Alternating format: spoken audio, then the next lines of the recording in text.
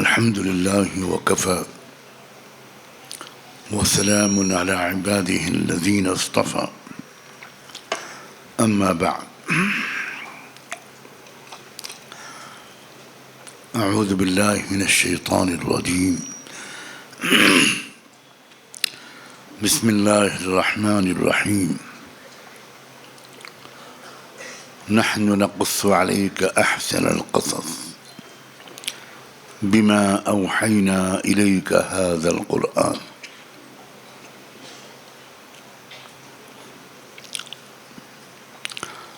سبحان ربك رب العزة عما يصفون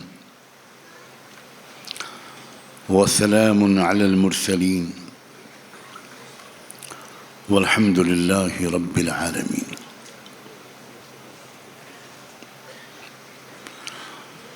اللهم صل على سيدنا محمد وعلى آل سيدنا محمد وبارك وسلم. اللهم صل على سيدنا محمد وعلى آل سيدنا محمد وبارك وسلم. اللهم صل على سيدنا محمد وعلى آل سيدنا محمد وبارك وسلم.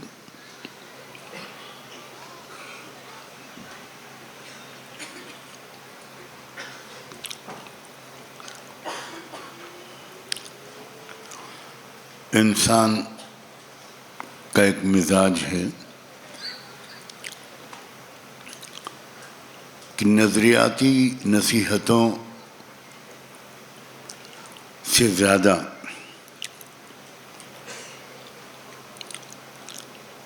کامیاب زندگیوں کے حقیقی پریکٹیکل واقعات سے، ان کے کامیاب تجربوں سے زیادہ آسانی کے ساتھ انسان سیکھ سکتا ہے. ہم سب سیکھ سکتے ہیں، انسپائر ہو سکتے ہیں اور اپنی زندگی کے لیے کوئی رول ماڈل، کوئی آئیڈیل چن کر اس کو فالو کرتے کرتے کامیابی کے منزل تک پہنچ سکتے. اسی انسانی فطرت کی وجہ سے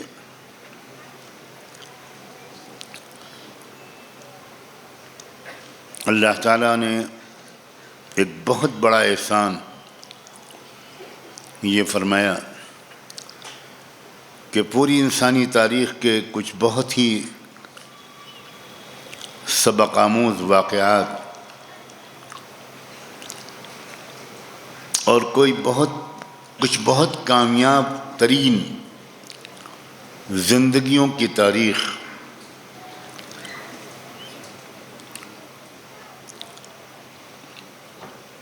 ہمیں سنائی، ہمیں بتائی، تاکہ ان کی زندگیوں کے خوبصورت پہلو اور ان کی کامیاب زندگیوں کو ہم اپنا آئیڈیل بنا کر ہم بھی ایک اچھے انسان بن سکیں اور کامیابی کی بلندیوں تک ہم بھی پہنچ سکیں.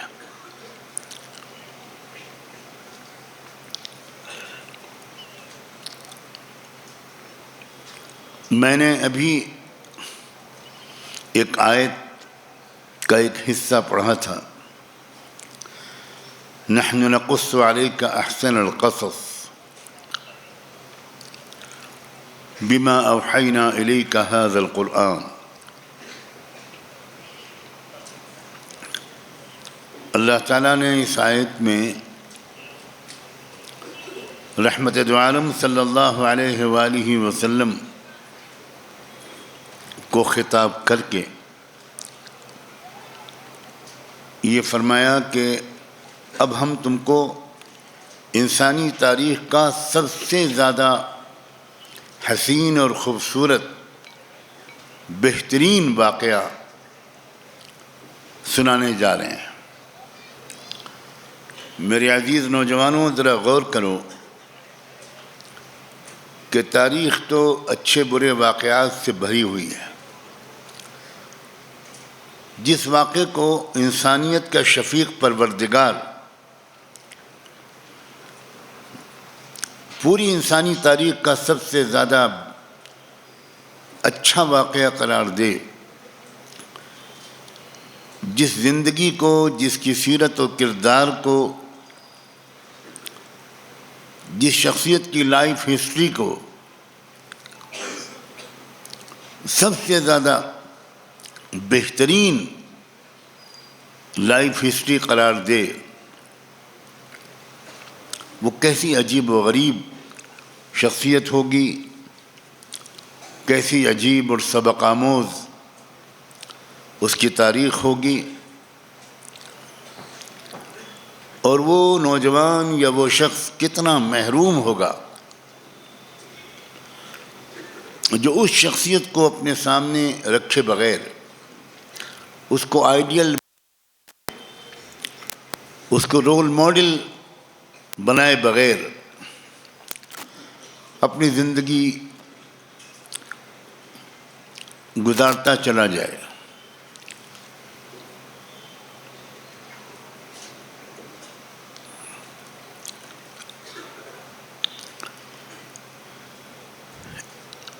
یہ ایک نوجوان کا واقعہ ہے۔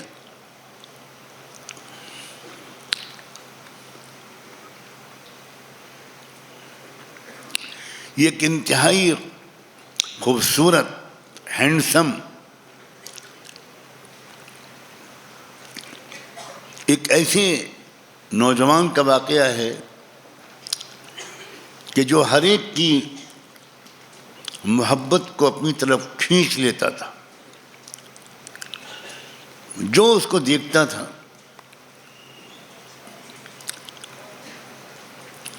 وہ میگنیٹ کی طرح اس کی طرف کھینچتا تھا،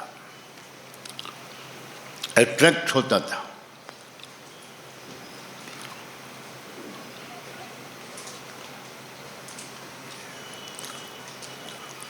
اور جو بھی نوجوان اچھے خاندانی بیک گراؤنڈ کا ہوتا ہے اور اللہ نے اس کو بہت انتہائی ہینڈسم شکل و صورت دی ہوتی ہے، اس کے پاس بہت اچھے ایٹیکیٹس اور مینر ہوتے ہیں، اس کی طرف ہر ایک بہت زیادہ کشش محسوس کرتا ہے۔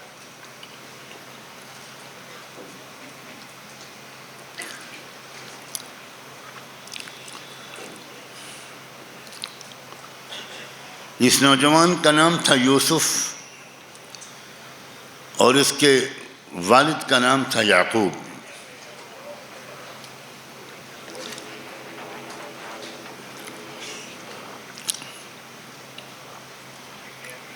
اور اس نوجوان بچے پر بچپن سے ہی نظر پڑی اللہ کی، کذالک یجتبیک ربک، اس کو اللہ نے چوز کیا، منتخب کیا، ایک بہت بڑے انقلاب برپا کرنے کے لیے، پورے سماج کو بدل ڈالنے کے لیے، معاشرے کو میں ایک آل راؤنڈ چینج لانے کے لیے، ہر پہلو سے سماج کو تبدیل کر دینے کے لیے اس نوجوان کو اللہ تعالیٰ نے بچپن سے ہی چن لیا کہ یہ لیڈ کرے گا، یہ آگے چل کر ایک رول ماڈل بنے گا اور پورے معاشرے کو بدل ڈالے گا۔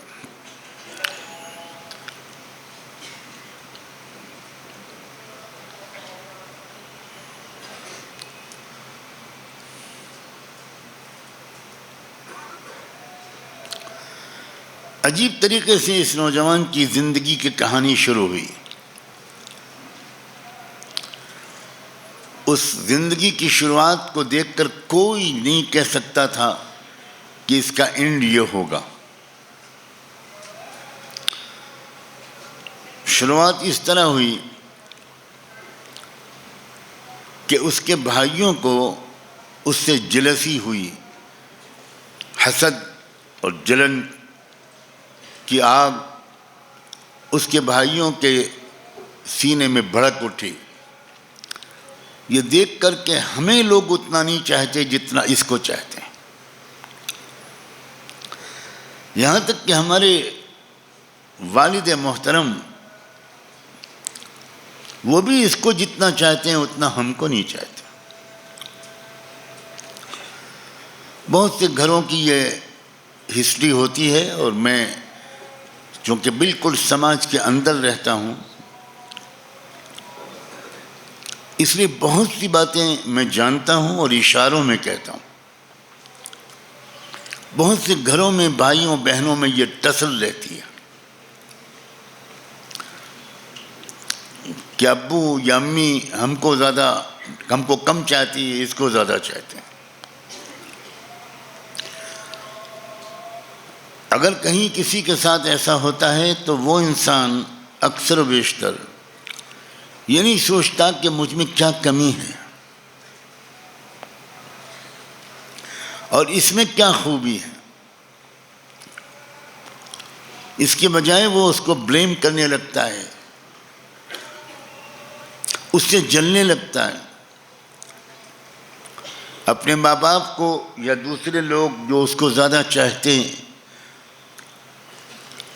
ان کے اوپر ناانصافی کا الزام لگانے لگتا ہے.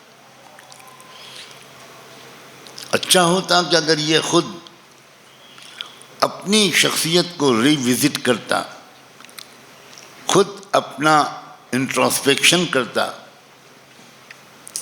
کہ what is wrong with me, مجھ میں کیا کمی ہے، کیا میرے اخلاق اچھے نہیں ہیں، کیا میرے ہونٹوں پر مسکراہٹ نہیں رہتی، کیا میں اچھا بیہیو نہیں کرتا اپنے قریبی لوگوں سے. اس کے بجائے وہ اپنے کو پرفیکٹ سمجھتے ہوئے وہ دوسروں پر ڈسکرمنیشن کا الزام لگانا شروع کر دیتا ہے. یہی غلطی یوسف علیہ السلام کے بھائیوں سے ہوئی. وہ اس آگ میں جلنے لگے کہ بھائی ابا جان اس کو زیادہ چاہتے ہیں، بجائے اس کے کہ وہ یہ دیکھتے کہ بھائی ہم میں کیا کمی ہے، اس میں کیا خوبی ہے جو ہمارے اندر نہیں ہے. اس کے بجائے انہوں نے یہ پلان کیا کہ اپنے اس بھائی کو راستے سے ہٹانا ضروری ہے.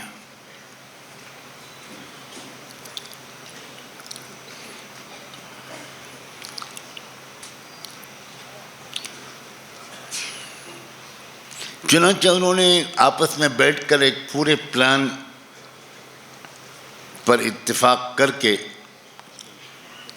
اس کے مطابق اپنے بوڑھے باپ جناب یعقوب علیہ السلام سے کہا کہ آپ ہر وقت اس کو لڑکے کو اپنے سے لگائے رکھتے ہیں، ینگ ایج ہے، ہمارا چھوٹا بھائی ہے، کچھ کھیلنے کودنے کا بھی اس کو موقع ملنا چاہیے، باہر جائے، انجوائے کرے. گھر سے باہر ہی نہیں نکلتا ہے. آج تو ہم اس کو لے جائیں گے، آپ اجازت دے دیجئے، ہم پکنک پہ جانا چاہتے ہیں اور آج ہم اس پکنک میں اس کو بھی لے کر جائیں گے، یہ بھی تو ذرا باہر کی دنیا دیکھے. بہت ہی خلوص اور محبت کی ایکٹنگ کر کے ان بھائیوں نے اپنے والد سے اس کو اپنے ساتھ پکنک پر لے جانے کی اجازت لے ہی لی.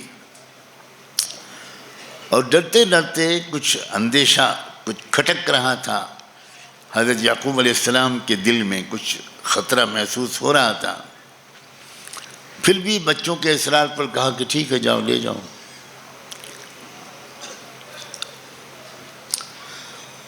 وہ تو اس سازش کے تحت اپنے بھائی کو لے کر گئے تھے.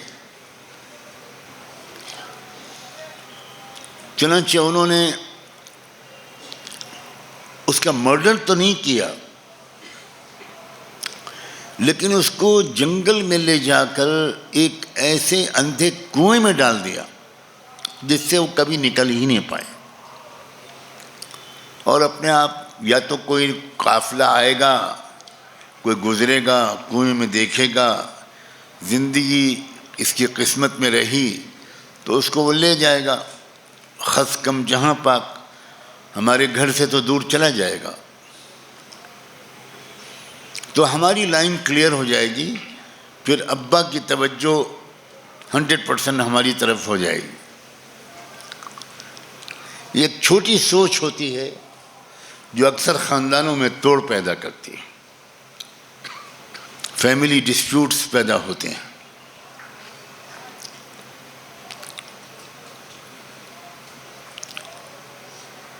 انہوں نے ایسے ہی کیا، اپنے پلان کو ایگزیکیوٹ کیا، اپنے بھائی کو کنویں میں پھینکا اور کوئی جانور ذبح کر کے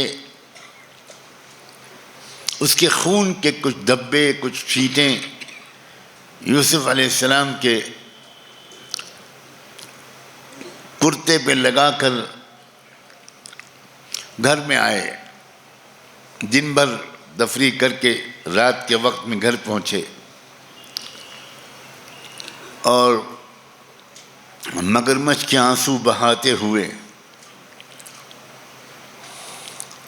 اور ابا سے بڑے رو رو کر کہا کہ ابا واقعی آپ صحیح کہتے تھے، آپ کا اندیشہ صحیح ثابت ہو گیا.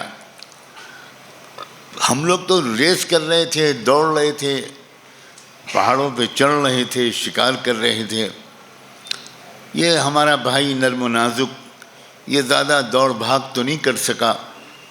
تو ہم نے کیا کیا، ہمارا جو پکنک کا پورا سامان تھا ہم نے ایک جگہ پر رکھا اور بھائی کو وہیں بٹھا دیا کہ تم یہیں بیٹھو، سامان کی نگرانی بھی ہوگی، ہم لوگ ذرا اپنا کھیل کا پروگرام پورا کر کے آئیں گے. اور جس کا ڈر تھا وہی ہوا. کوئی بھیڑیا آیا اور اس نے ہمارے بھائی کو کھا لیا. آپ یقین کریں، اس لیے ہم اس کا کرتا پرانا پھٹا ہوا کرتا، خون آلود کرتا لے کر آئے.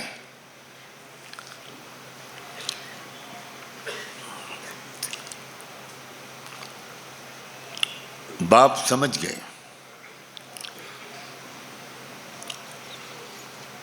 وہ سمجھ گئے کہ کہانی کچھ اور ہے اور میرے بچے مجھے گمراہ کر رہے ہیں.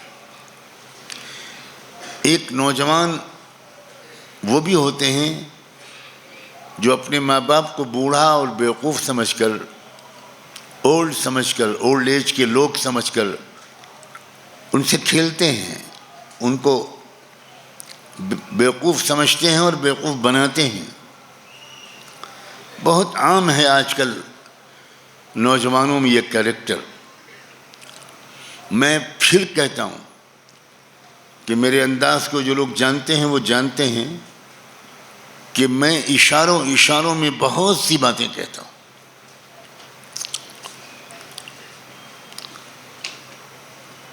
اکثر و بیشتر نوجوان، خاص طور پر ہمارے موجودہ زمانے میں، وہ سمجھتے ہیں ابا ہمارے پرانے زمانے کے ہیں، وہ انہیں کچھ نہیں پتا، اب زمانہ بہت آگے بڑھ گیا، ہم جانتے ہیں. یہ کیا جانے بڑے میاں، یہ پرانے زمانے کے لوگ ہیں، ان کو کیا معلوم.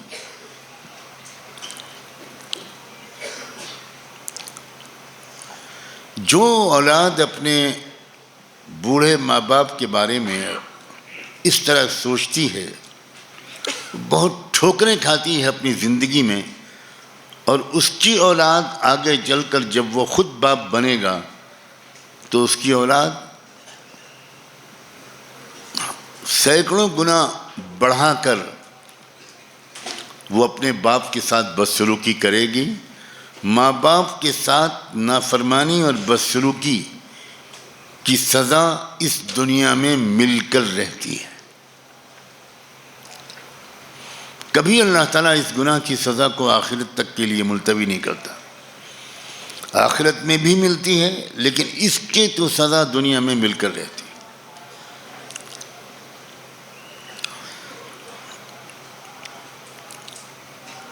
یعقوب علیہ السلام سب کچھ سمجھ گئے لیکن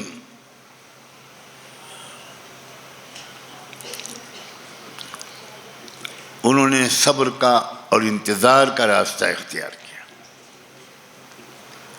وہ سمجھ گئے کہ یہ سب جھوٹ ہے. وہ یہ بھی جانتے تھے کہ میرے بچے یوسف کو اللہ نے کسی بڑے مشن کے لیے پیدا کیا ہے، اس طرح وہ بچپن میں ہلاک نہیں ہو سکتا، وہ واپس آئے گا، میں انتظار کرتا ہوں. یوسف علیہ السلام کو بچپن میں خدا نے ایک خواب دکھایا تھا. وہ خواب انہوں نے اپنے والد سے بیان کیا. یوسف جانتے تھے کہ میرے والد ایک آرڈینری آدمی نہیں ہے، وہ خدا کے دیے ہوئے گہرے علم اور سمجھ والے انسان ہیں، ایک روحانی شخصیت ہے. وہ خواب سن کر والد نے عجب جملہ کہا اپنے بیٹے سے. کہا کہ لا تقصص رؤیاک علی اخوتک فیکیدوا لک کیدا. بیٹا یہ خواب تم نے مجھے سنایا، اچھا کیا، اپنے بھائیوں کو مت سنانا. کیونکہ والد اس خواب کا انٹرپریٹیشن سمجھ گئے تھے، اس خواب کا مطلب سمجھ گئے تھے، اور اس کی بنیاد پر ان کو یہ بھی یقین ہو گیا تھا کہ یوسف کو ایک لمبی عمر ملے گی اور پوری دنیا کو بدل دینے کا ایک رول ملے گا خدا کی طرف سے، اور وہ بہت کامیابی کے ساتھ وہ رول پلے کرے گا. اس لیے یہ تو بکواس کی بھائیوں نے کہ بھیڑیا کھا گیا، بحث تو نہیں کی یعقوب علیہ السلام نے، خاموش ہو گئے. لیکن وہ جانتے تھے کہ یہ سب جھوٹ ہے. اکثر بڑے لوگ نوجوانوں اور چھوٹوں کی گستاخی پر خاموش ہو جاتے ہیں، صبر کرتے ہیں، برداشت کرتے ہیں، لیکن ان نوجوانوں کو یہ نہیں معلوم کہ اپنے بڑوں کو تکلیف دینے کی جو سزا ان کو ملنے والی ہے وہ بہت سنگین ہے. بڑے سے بڑے گناہ کو اللہ تعالیٰ دنیا میں معاف کر دیتے ہیں، لیکن اپنے استاد، اپنے شیخ، اپنے بڑے، اپنے مربی اور اپنے والدین خاص طور پر ان کو بیوقوف سمجھنا، ان کو دھوکہ دینا، ان کے ساتھ کھیلنا، ان سے جھوٹ بولنا، اس کو تو اللہ تعالیٰ کبھی دنیا میں معاف نہیں کرتا.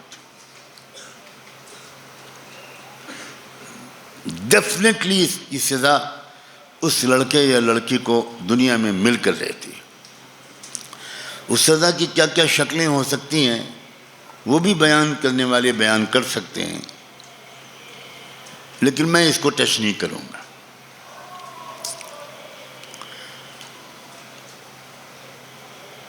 والد نے دل پر پتھر رکھ لیا اور زندگی آگے بڑھتی رہی. اللہ کا پلان کچھ اور تھا. یوسف کے بھائیوں کا پلان کچھ بھی رہا ہو، اللہ کا پلان کچھ اور تھا، اور دنیا میں الٹیمیٹلی چلتا اللہ ہی کا پلان ہے. چنانچہ ایک قافلہ گزر رہا تھا اسی راستے پر.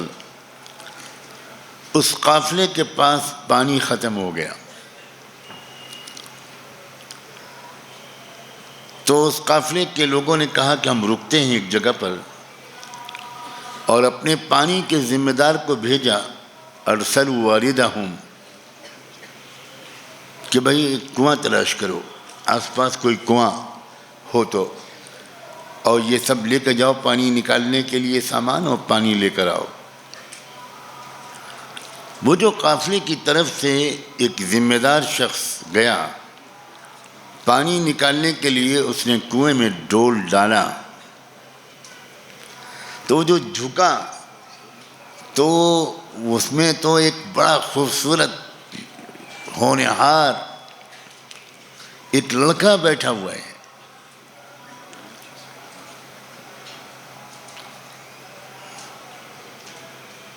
اس زمانے میں جو کنویں بنتے تھے، اور ابھی میں نے دیکھے بھی ہیں، وہ بہت سے جزیرے عرب کے ریگستانوں میں،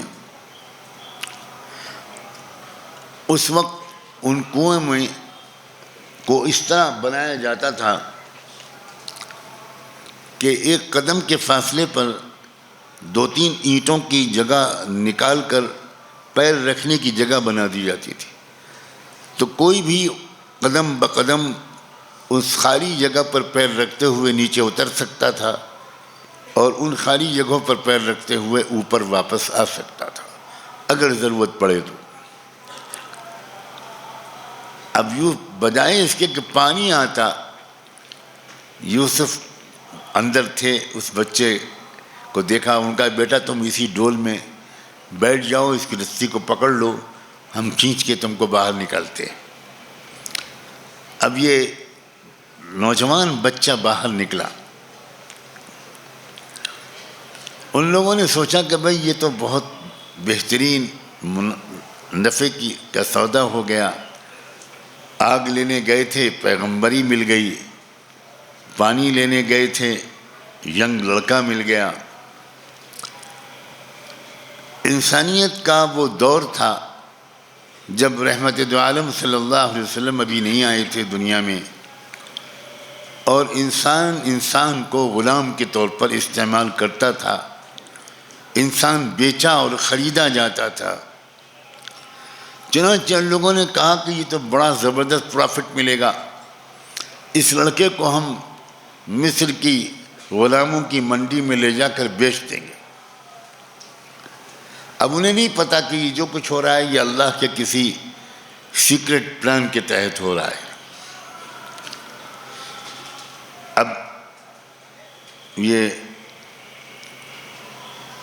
قافلہ اس لڑکے کو لے کر مصر میں پہنچا، اور جس منڈی میں غلام بکتے تھے وہاں اس کا 1-2 لوگ لے کر اس کو بیٹھ گئے اس کو بیچنے کے لیے کہ یہ کوئی آئے گا سیٹھ، کوئی آئے گا منسٹر،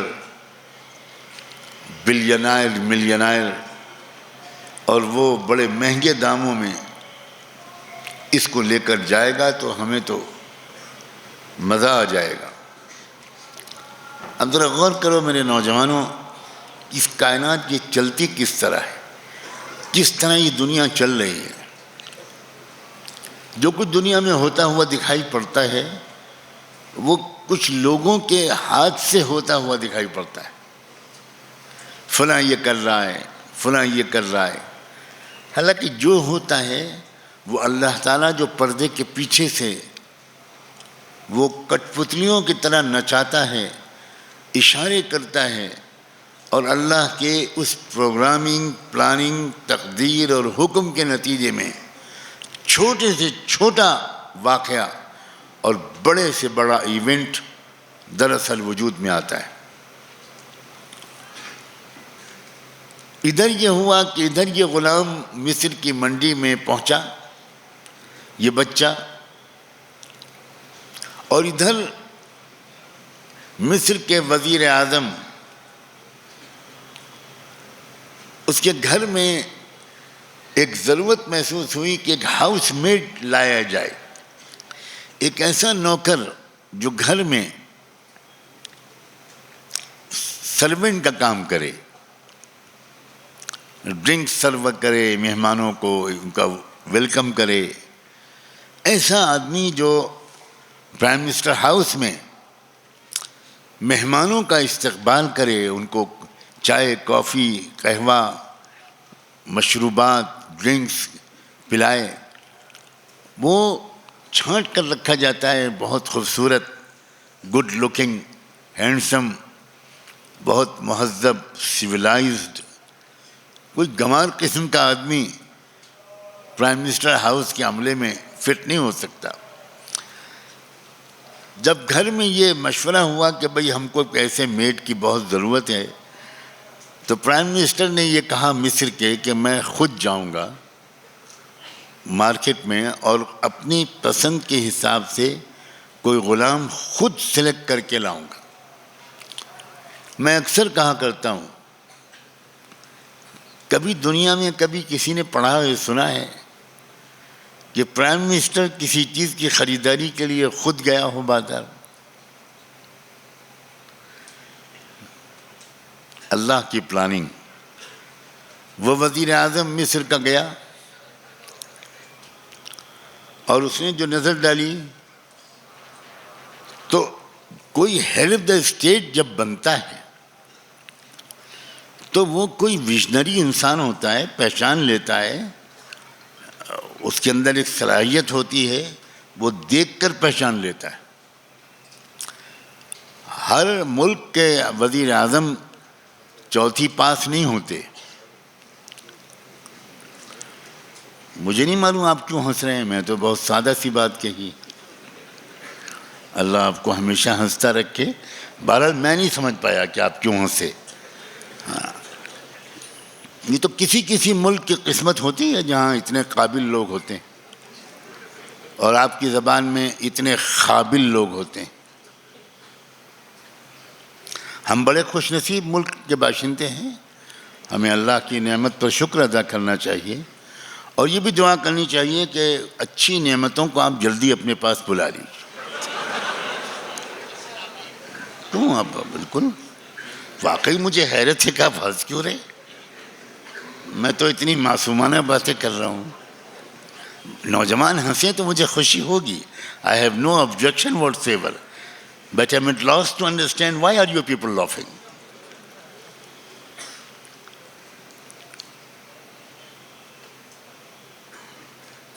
اس وزیر اعظم نے اس غلام کو پسند کیا اور قیمت ادا کی اور گھر لایا. اب ایک دوسری عجیب بات, اس وزیر اعظم کی بیوی گھر ہی پر رہتی تھی. یہ بھی ایک نئی بات تھی. ہر وزیر اعظم کی بیوی گھر سے دور نہیں رہتی. ہر وزیر اعظم کی بیوی کی قسمت خراب نہیں ہوتی. یہ تو کسی کسی کی قسمت پھوٹتی ہے. تو یہ عجیب و غریب بات ہوئی کہ وہ وزیر اعظم اس غلام کو لے کر سیدھا اپنی وائف کے پاس گیا اور جا کر اس سے یہ کہا اکرمی مثواہ عسى ان ينفعنا او نتخذه ولدا. عجیب بات ہے, دنیا میں کبھی کوئی وزیر اعظم اپنے میڈ اسٹاف کا تعارف اپنی بیوی سے کراتا ہے؟ اور تعارف کرانے کے بعد کوئی وزیر اعظم اپنی بیوی سے یہ کہتا ہے کہ بہت ڈگنیفائڈ معاملہ کرنا ہے اس کے ساتھ, بہت عزت کے ساتھ اس کو رکھنا, بہت اونچے اسٹیٹس کے ساتھ اس کو رکھنا. مجھے اپنے ملک کے بارے میں زیادہ معلومات نہیں ہے کہ وہاں کیا کہا جاتا ہے یا کیا کہا گیا اور کن کن کی قسمت پھوٹی جن کو وہاں نوکری ملی, مجھے نہیں معلوم. لیکن مصر میں اس نوجوان کی قسمت عجیب تھی جس کو وہاں کے وزیر اعظم نے سیدھے جا کر انٹروڈیوس کرایا اپنی بیوی سے اور کہا اکرمی مثواہ. یہ عام سروینٹ کوارٹر میں نہیں رہے گا, یہ عام نوکروں کے ساتھ اس کو نہیں ٹھہرایا جائے گا, اس کو بہت خصوصی برتاؤ اس کے ساتھ کرنا, یہ ہمارے کام آئے گا اور ہو سکتا ہے ہم اسی کو اپنا بیٹا بنا لیں. میں واقعی حیران ہوتا ہوں, یا اللہ آپ کی کیا قدرت ہے دوائیں تو ایسی ایسی ہوتی ہیں کہ سانولے رنگ کا آدمی بھی گورا ہو جاتا ہے. الحمدللہ نہیں سمجھے آپ. نہیں، مجھے خوشی ہے کہ یہ بات آپ نہیں سمجھی. دوائیں تو ایسی ایسی ہوتی ہیں کہ اولاد پیدا ہو سکتی تھی، مگر اللہ کی منصوبہ بندی تھی کہ وزیر اعظم مصر باوجود اس کے کہ بیوی ساتھ ہی رہتی تھی، کوئی اولاد نہیں پیدا ہو. دوسرے ملکوں کے وزیر اعظموں کا حال مجھے نہیں معلوم. میں بہت کم پڑھا لکھا آدمی ہوں، زیادہ معلومات نہیں.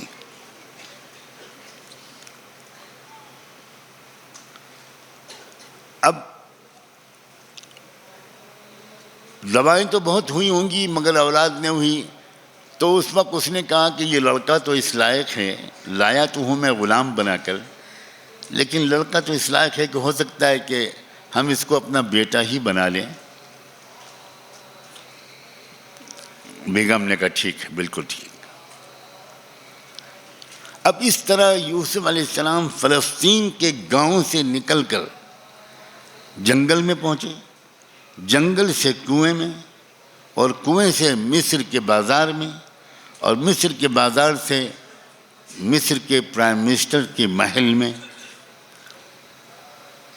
اس کے بیڈ روم میں. یہ اس طرح اللہ کائنات کو چلاتا ہے.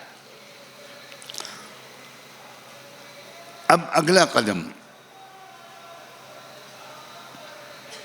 یوسف علیہ السلام عجیب و غریب قسم کے کشش اور حسن رکھتے تھے، یہ میں پہلے ہی کہہ چکا. اور امیروں وزیروں کے گھروں کی بیویوں کے کیریکٹر کیا ہوتے ہیں، میں یہاں مسافر ہوں، کوئی تبصرہ نہیں کروں گا.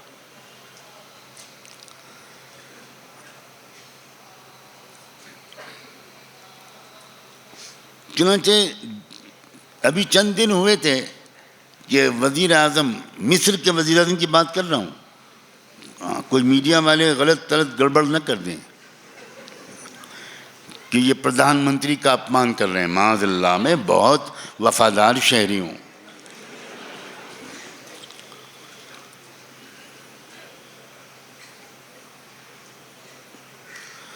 مصر کے وزیر اعظم کی بیوی کا دل آ گیا اس نوجوان پر، اور اس نے ٹھان لیا کہ بھئی یہ تو، اس کو تو میں چھوڑوں گی نہیں، اس کو تو میں اپنے ساتھ سلاؤں گی، اور یہ کروں گی اور وہ کروں گی. اور پوری تیاری کی، گھنٹوں، معلوم نہیں کتنے گھنٹے میک اپ کیا ہوگا، اور سارے ستم ڈھانے اور اس نوجوان کو شکار کرنے کے جتنے حربے ہو سکتے ہیں. اللہ کرے آپ میں سے کسی کو کوئی تجربہ نہ ہوا ہو، نہ آئندہ ہو. یہ دعا میں نے کیوں کی ہے یہ آپ جانتے ہیں، اسی لیے آپ نے خاموش آمین کہا ہے، آمین بالجہر نے کہا.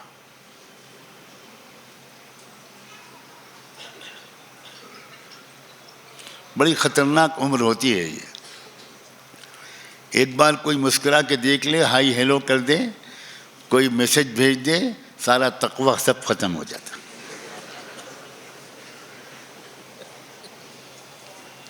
کس عمر میں آپ لوگ ہو میں وارن کر رہا ہوں.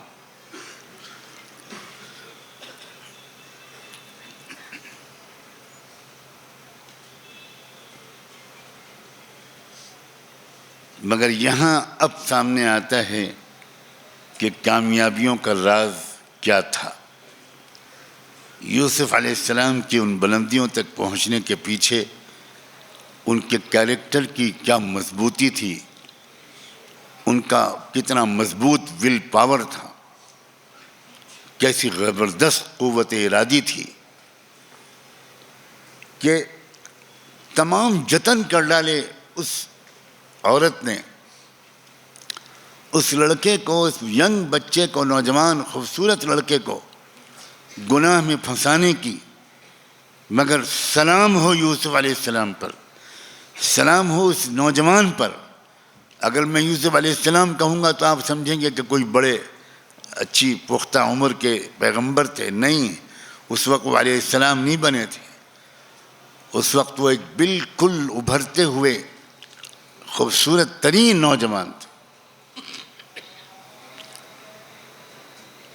بھاگے وہ اس جگہ سے، اس کمرے سے نکل کے بھاگنے کے لیے دوڑے اور چلاتے ہوئے دوڑے کہ معاذ اللہ، اللہ مجھے بچائیے، اللہ مجھے بچائیے، میں ایک نیک باپ کا بیٹا ہوں، اس کی وجہ سے میں بچ نہیں پاؤں گا، آپ اگر بچائیں گے تب میں بچوں گا، اللہ آپ بچا لیجیے، میں سخت امتحان میں ہوں، آپ مجھے بچا لیجیے اللہ. اور بھاگتے ہوئے پیچھے سے اس عورت نے دوڑا کر پکڑا اور اتنی زور سے کشمکش ہوئی کہ کرتے کے پیچھے کا دامن پھٹ گیا. مگر یوسف علیہ السلام نے سرنڈر نہیں کیا اور دروازہ کھول کے بھاگے، یا دروازہ کھلا یا کیا ہوا. اور عجیب پلاننگ اللہ کی، یہی تو میں بیان کرنا چاہ رہا ہوں. اللہ کو پہچانوانا چاہتا ہوں. کون ہے اللہ، کیا ہے اس کی قدرت، کیا ہے اس کی طاقت، کیسی ہوتی ہے اس کی تقدیر اور پلاننگ اور منصوبہ بندی. یہ بات ہم لوگ بالکل بھول چکے ہیں. ٹھیک اسی وقت دروازہ کھلتے ہی اس عورت کا شوہر وزیر اعظم دروازے پر مل گیا. اب یہ اس قسم کی جو عورتیں ہوتی ہیں کتنی تیز تلوار اور کتنی تجربے کار ہوتی ہیں. اس سے پہلے کہ یوسف علیہ السلام کچھ بولتے، وہ تو بیچارے غلام تھے، وہ کچھ کہتے کہ آپ کی بیوی نے میرے ساتھ کیا کرنے کی کوشش کی، اس سے پہلے کہ وہ بولتے ایک دم سے یہ بول پڑی. اور اس نے آ کر کہا، اس نے فوراً شوہر سے کہا، دیکھیے اس شخص نے، آپ نے اس غلام کو گھر میں رکھنے کو کہا اور اس نے میری عزت پر ہاتھ ڈال دیا. کیسے میں بچی ہوں میں ہی جانتی ہوں.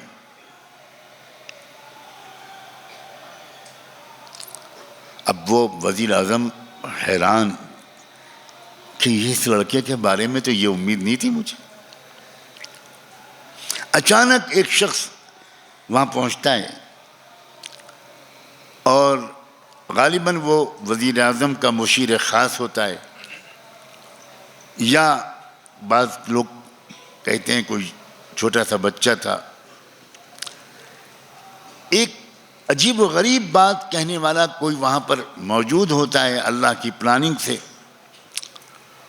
کیونکہ یوسف علیہ السلام اس وقت صاف کہتے ہیں کہ یہ غلط بات ہے، یہ جھوٹا الزام ہے، انہوں نے مجھے گندے کام میں پھنسانے کی کوشش کی تھی، میرا کوئی قصور نہیں. تو اس شخص نے جو اچانک آیا اس نے ایک عجیب و غریب بات کہی. اس نے کہا کہ مسٹر پرائم منسٹر، مسئلہ بہت آسانی سے آپ فیصلہ کر سکتے ہیں. اگر یوسف کا کرتا پیچھے سے پٹا ہوا ہے تب تو اس کا مطلب یہ ہے کہ یوسف سچ بول رہے ہیں اور یہ جھوٹ بول رہے ہیں، کیونکہ بھاگتے ہوئے پیچھے سے پکڑا ہے. اور اگر یوسف کی طرف سے زیادتی ہوئی، زیادتی کی کوشش ہوئی اور آپ کی وائف نے اپنے کو بچانے کی کوشش کی اور یوسف نے زبردستی کرنے کی کوشش کی، تب تو پھر بیگم کا جمپر سامنے سے پھٹا ہوگا یا یوسف کا کرتا سامنے سے پھٹا ہوگا. ڈیفائی کرنے کی کوشش، اپنے کو بچانے کی کوشش، یوسف کو دھکیلنے کی کوشش بیوی نے کی ہوگی آپ کی. اس صورت میں سامنے سے کرتا پھٹنا چاہیے. اب چیک کیا اس پرائم منسٹر نے تو پتہ چلا کہ کرتا تو پیچھے سے پھٹا ہوا ہے. یہ قانون کے اگر کوئی طالب علم یہاں بیٹھے ہوں لا کے، تو یہ ایویڈنس ایکٹ کے سلسلے کی طرف رہنمائی کرنے والی آیت ہے کہ قانون کی دنیا ایویڈنس کیسے اکٹھا کرتی ہے. سرکمسٹینشل ایویڈنس ڈھونڈنا پڑتا ہے. اگر کوئی آئی وٹنس کہیں پر نہیں ہوتا تو قانون کہتا ہے کہ سرکمسٹینشل ایویڈنس ڈھونڈو. حالات بتا دیتے ہیں, کوئی نہ کوئی انڈیکیٹر ہوتا ہے. چنانچہ وہ شخص جس نے یہ مشورہ دیا, ہو سکتا ہے کہ وزیر اعظم کا ہوم منسٹر ہو, لا منسٹر ہو, کوئی سیکورٹی کا ایکسپرٹ ہو, کوئی بھی ہو سکتا ہے, لیکن بات اس نے بہت پتے کی کہی.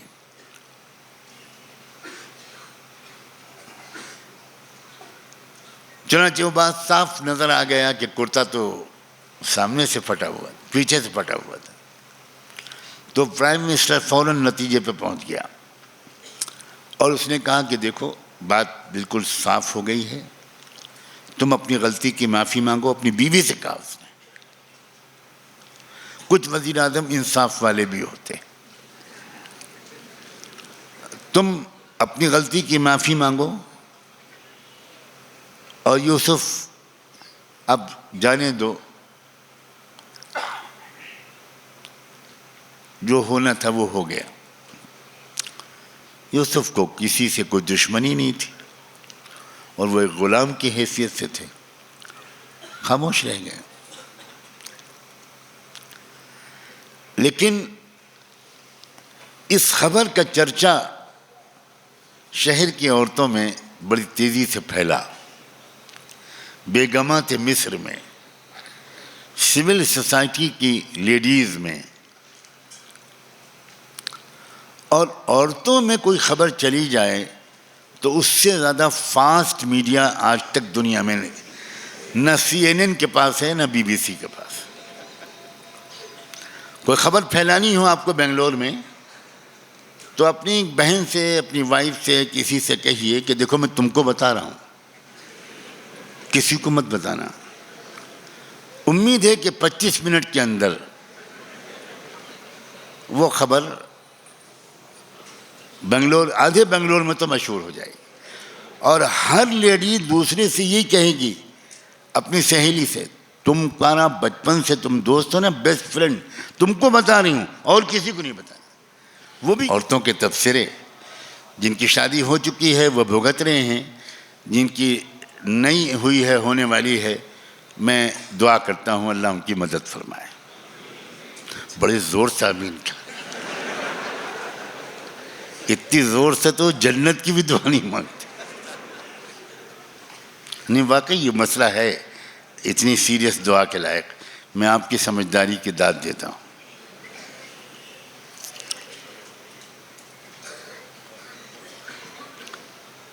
اب جب شہر کی بیگمات کو, سول سوسائٹی کی بیگمات کو, وہ جو فرسٹ لیڈی آف ایجپٹ کی جو کلوز سرکل کی عورتیں تھیں, وہ A1 کلاس کی, سوسائٹی کا جو ایلیٹ کلاس ہوتا ہے اس کی عورتیں تھیں, انہوں نے آپس میں بیٹھ کر یہ بات چیت شروع کی کہ یہ ہماری ملکہ معظمہ وزیر اعظم کی بیوی یہ اتنی بیوقوف عورت ہے, اتنی کم عقل ہے. ایک غلام کو دل دے بیٹھی, ایک غلام کے پیچھے پڑ گئی, اس کو خاندانی عزت کا خیال نہیں. پوری حکومت بدنام ہوگی. یہ کیا ہے یہ؟ اب ظاہر ہے کہ عورتوں کو خود تو ملے نہیں یوسف, تو ان کو بڑا کھل رہا ہوگا. تو اس طرح انہوں نے یہ تبصرے کر کے اپنے غمگین دل کو تسلی دینے کی کوشش کی. یہ شادی سے پہلے کی میں ٹریننگ دے رہا ہوں آپ کو, یہ سب آپ کو انشاءاللہ جھیلنا ہے, اور جو جھیل رہے ہیں میں ان کے غم میں برابر کا شریک ہوں.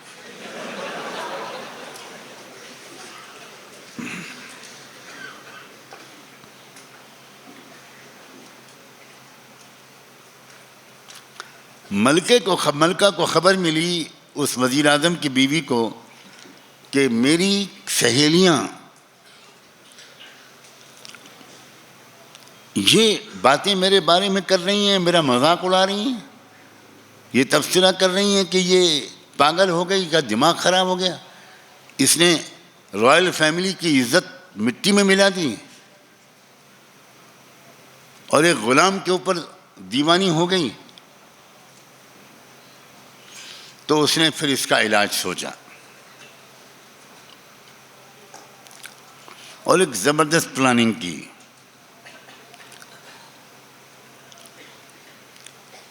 اور ایک بہترین پارٹی ارینج کی، اپنی تمام سہیلیوں کو بلایا، کاکٹیل پارٹی، شاندار دعوت، نہ جانے کیسے کیسے ڈرنکس، کیسے کیسے اسپرٹس اینڈ وائنس، کیسے کیسے کھانے. اوہو، بھوک کا وقت سے زیادہ بیان کروں گا تو آپ بیٹھ نہیں پائیں گے.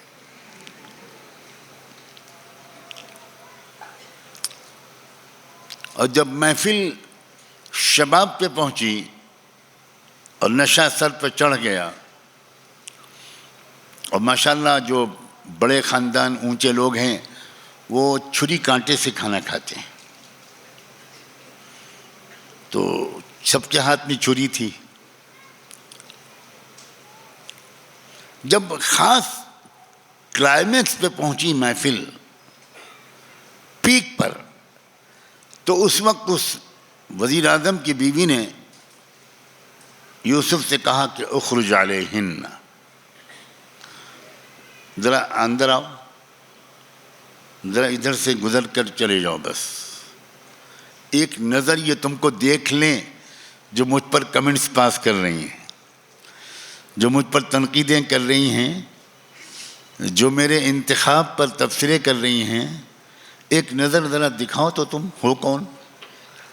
اب یوسف کو کیا پتا کہ کیوں بلایا جا رہا ہے، وہ تو غلام ہے. ان کو کہا گیا کہ اندر آؤ، وہ بیچارے اندر آ گئے. اب جو یوسف کی خوبصورتی کو دیکھا اور یوسف کے حسن کو دیکھا تو چیخیں نکل گئیں. فلما رأینہ اکبرنہ وقطعن ایدیہن، اور بجائے سیب کاٹنے کے اپنی انگلیاں ہی کاٹ ڈالی. حاشا للہ ما ھذا بشرا ان ھذا الا ملک کریم. وہی عورتیں جو چند منٹ پہلے مذاق اڑا رہی تھیں وہ ایک دم سے کہنے لگی بھائی یہ تو انسان نہیں ہے، کوئی فرشتہ ہے.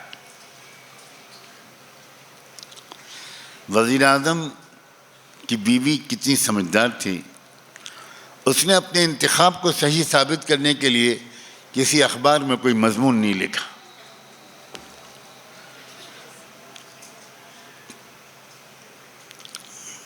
بلکہ اس نے یوسف کے حسن کو دکھا دینا کافی سمجھا. وہ اس کو یقین تھا کہ میرا انتخاب اس قدر صحیح ہے اور یوسف اس قدر حسین ترین نوجوان ہے کہ اس کو دیکھ کر ان کی رائے یقیناً بدلے گی. تو اس نے یہ پورا پلان کر کے یوسف کو ایک نظر دکھا دیا. میں اکثر کہا کرتا ہوں دنیا جو اسلام کو برا بھلا کہہ رہی ہے، ہمیں اس کے جواب میں نہ کتابیں لکھنے کی ضرورت، نہ تقریریں کرنے کی ضرورت. کاش کہ ہم دنیا کو اسلام کا حسن دکھا سکتے. افسوس یہ ہے کہ اس عورت کو یوسف کے حسن پر جتنا یقین تھا، ہم کو اسلام کے حسن پر اتنا بھی یقین نہیں. ہم گھبرائے ہوئے ہیں اس پروپیگنڈے سے جو ایکس مسلم جیسے چینلوں کے ذریعے دنیا میں اسلام کو اور ہمارے ملک میں اسلام کو بدنام کرنے کے لیے جو پروپیگنڈا کیا جا رہا ہے، جو فلمیں ڈنمارک میں، فرانس میں اور مختلف ملکوں میں رحمت دو عالم صلی اللہ علیہ وسلم کا خاکہ اڑانے اور خاکم بدہن مذاق اڑانے کے لیے جو فلمیں بنائی جا رہی ہیں، ہم سمجھتے ہیں کہ جلسے جلوس کے ذریعے اس کا جواب دیا جائے. کاش کہ اس دور کے مسلمان پریکٹیکلی سچے مسلم بن کر کم سے کم اس طرح دکھاتے اسلام کے حسن کو جس طرح مصر کے وزیر اعظم کی بیوی نے تنقید کرنے والیوں کو حسن یوسف کا نظارہ کرایا تھا۔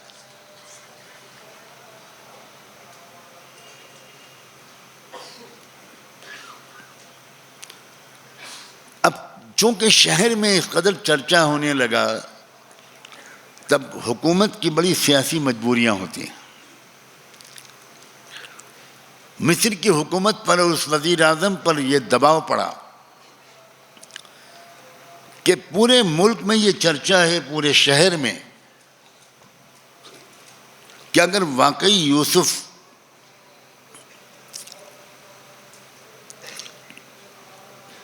بے گناہ ہے تو اس کا مطلب یہ ہے کہ یوسف کے کہنے کے مطابق وزیر اعظم کی بیوی اصل مجرم ہے، نہ یہ جیل میں نہ وہ جیل میں، نہ ان پر کوئی کیس نہ ان پر کوئی کیس۔ تو وزیر اعظم پر یہ دباؤ پڑا کہ حضور اپنی اور ملک کی حکومت کی بدنامی ہو رہی ہے بہت، اور لوگوں میں ایک بے چینی اور شک پھیل رہا ہے، اس لیے مناسب اور ضروری یہ معلوم ہوتا ہے کہ آپ یوسف کو جیل میں ڈالیں۔ ثم بدا لهم من بعد ما رأوا الآیات، قرآن بیان کرتا ہے کہ کچھ مدت کے بعد جبکہ وزیر اعظم کو اطمینان و یقین ذاتی طور پر تھا کہ یوسف بے گناہ ہے، مجرم میری بیوی ہے، لیکن ملک میں بدنامی ہو رہی ہے، تختہ پلٹ نہ جائے، اس وجہ سے یوسف کو بلی کا بکرا بنانا ہی پڑے گا۔ اور میں جانتا ہوں وزیر اعظم نے سوچا کہ یوسف بے گناہ ہے، لیکن بے گناہی کے باوجود مجھے اس کو کچھ دن کے لیے جیل میں ڈالنا پڑے گا، تاکہ میسج یہ جائے قوم میں کہ تحقیقات اور انویسٹیگیشن کے بعد جب وزیر اعظم مطمئن ہو گئے کہ گنہگار یوسف ہیں، تب انہوں نے اس کو جیل میں ڈالا۔ اب اس طرح یوسف علیہ السلام تمام تر بے گناہی کے باوجود جیل میں ڈال دیے گئے۔ کیا اللہ تعالیٰ بے بس تھے؟ غور کرو، کیوں اللہ نے اپنے بے گناہ پاک دامن بندے کو بے گناہی اور پاک دامنی کے باوجود جیل میں جانے دیا؟ $1,000,000 کوشچن ہے یہ۔ کیا اللہ تعالیٰ بیچ میں انٹرفیئر نہیں کر سکتے تھے؟ کیا اللہ تعالیٰ یوسف کو جیل جانے سے ہزاروں تدبیروں سے روک نہیں سکتے تھے؟ نہیں۔ دیکھنے میں تو یہ دراصل اس وزیر اعظم مصر کا حکم تھا، لیکن اصل میں حقیقت میں یہ اللہ کا تقدیری فیصلہ تھا، اور اس کے پیچھے ایک راز تھا۔ راز یہ تھا کہ یوسف کے ذریعے جو انقلاب برپا کروانا ہے، آئندہ چل کر جو اللہ نے پروگرام بنا رکھا ہے کہ یوسف کے ذریعے پورے ملک میں، پورے بر اعظم میں جو ایک زبردست مثبت تبدیلی لانی ہے، اس کے لیے یہ ضروری ہے کہ یوسف ملک کے سماج کو اچھی طرح قریب سے دیکھیں، ملک کے معاشرے کو، ملک کے سماج کو، کہ اس میں کتنی اخلاقی گراوٹ آ گئی ہے۔ یہ بہت ضروری ہے۔ کوئی شخص اگر سماج سے کٹ کر کہیں رہے، مدرسے خانقاہ میں ایک دم الگ تھلگ کہیں گوشے عافیت میں، وہ نہیں جانتا کہ بازار میں کیا ہو رہا ہے، وہ نہیں جانتا کہ اسکولوں کالجوں میں کیا ہو رہا ہے، وہ نہیں جانتا کھیل کے میدانوں میں کیا ہو رہا ہے، وہ نہیں جانتا قانون ساز اداروں میں، مقننہ میں، لیجسلیچر ہاؤسز میں کیا ہو رہا ہے، وہ بالکل نہیں جانتا کہ ساہوکار کیا کر رہے ہیں، سودی لین دین والے کیا کر رہے ہیں، تو وہ شخص سماج کو سدھار نہیں سکتا۔ سماج کی کمزوریاں اور سماج کی خوبیاں، سماج کو سدھارنے کی کوشش کرنے والے ہر شخص کے ڈائریکٹ نالج میں ہونی چاہیے۔ اسے معلوم ہونا چاہیے کہ میرے سماج میں کیا ہو رہا ہے۔ اور سماج کو پہچاننے کی سب سے بہترین جگہ جیل ہوتی ہے. میں ابھی تشکیل کروں گا کون تیار ہے جیل جانے کے لیے. 3 دن اور 40 دن اور 4 مہینے کے لیے نہیں. یوسف علیہ السلام 9 سال رہے تھے. اب دیکھیں کون ہاتھ اٹھاتا ہے. واقعی اب تیار ہے؟ گھر میں پوچھ لیا ہے؟ ورنہ قبرستان میں کل ہی میرے نام کے تعویذ دفن ہوگا.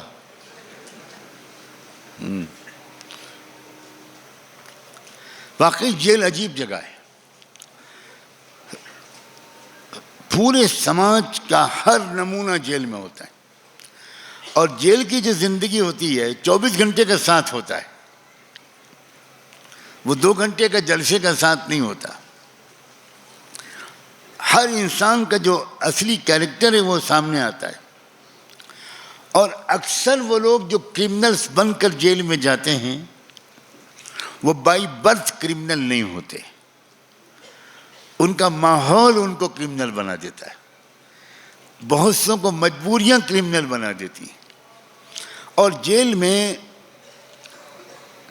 سمپردائکتا نہیں ہوتی, فرقہ پرستی نہیں ہوتی, ہندو مسلم کا فرق نہیں ہوتا. سب لوگ جیل کے اندر عجیب آپس میں محبت بڑھ جاتی ہے, اپنائیت بڑھ جاتی ہے. کوئی لڑائی جھگڑا دھرم کی بنیاد پر, مذہب کی بنیاد پر جیل میں نہیں ہوتا. سب ملے جلے رہتے ہیں. اور جیل میں جو انسان بے گناہ پہنچتا ہے, جو واقعی سچ مچ نیک ہوتا ہے, تقوی والا پاک دامن ہوتا ہے, پورے جیل کے قیدی اس کے مرید ہو جاتے ہیں, اس کے خدمت گزار ہو جاتے ہیں. میں تو ابھی تک جیل نہیں گیا, لیکن میرے بڑے بھائی علی گڑھ مسلم یونیورسٹی کے مائنورٹی کیریکٹر کو بچانے کے لیے انہوں نے بڑی زبردست جدوجہد کی تھی. وہ ایک لمبی تاریخ ہے. اس وقت نہ ٹاڈا کا قانون تھا, نہ UAPA تھا, نہ پوٹا تھا. اس وقت یہ بات میں کر رہا ہوں 1965 کی, جب میں 10 سال کا بچہ تھا. اس وقت ایک قانون چلتا تھا ٹاڈا, بلکہ DIR defence of India rules. اس میں کوئی ضمانت نہیں ہوتی تھی, عدالت سے منظوری نہیں لینی پڑتی تھی. تو وہ اس قانون کے تحت میرے بڑے بھائی کو جیل میں رکھا گیا, اور 9 سال نہیں 9 مہینے وہ جیل میں رہے, یا 10-11 مہینے. اس کے بعد مجبور ہو کر گورنمنٹ آف انڈیا نے معافی مانگی عدالت میں, کیس کو واپس لیا. تو میں صرف یہ سنانا چاہ رہا ہوں کہ اپنے بڑے بھائی سے ملنے کے لیے ہماری پوری فیملی جاتی تھی, میں بھی جاتا تھا. تو اس بہانے میں بار بار جیل میں گیا, اور اس وقت میں دیکھتا تھا کہ میرے بڑے بھائی کی حیثیت جیل میں ایک C کلاس کے جیل میں ان کو رکھا گیا تھا, جہاں چور, ڈاکو, قاتل, لٹیرے رہتے ہیں. لیکن اس کلاس میں رکھنے کے باوجود ان کی حیثیت جیل میں ایسی ہو گئی تھی, ایسا معلوم ہوتا تھا کہ جیسے جیل کے وہ بادشاہ ہیں.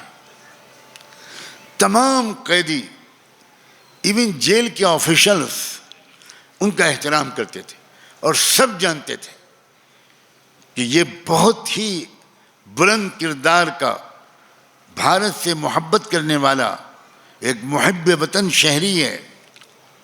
اور قطعاً یہ اس لائق نہیں تھا کہ اس کو جیل میں بھیجا جائے. پورے جیل کا بچہ یہ سمجھ گیا تھا کہ یہ سرکار کی ریاستی دہشت گردی ہے, یہ اسٹیٹ ٹیررزم ہے, یہ ایک ظلم اور جارحیت ہے. تو پورا جیل, یہاں تک کہ جیل کے سپرنٹینڈنٹ نے, جیلر نے 2-4 دن کے اندر ان کو پہچان کر ان سے کہا کہ حفیظ صاحب میں یہ بات سمجھ گیا ہوں کہ آپ کس سطح کے آدمی ہیں، اور کیا بتاؤں میں، کیا تبصرہ کروں کہ آپ کو یہاں بھیجا گیا ہے۔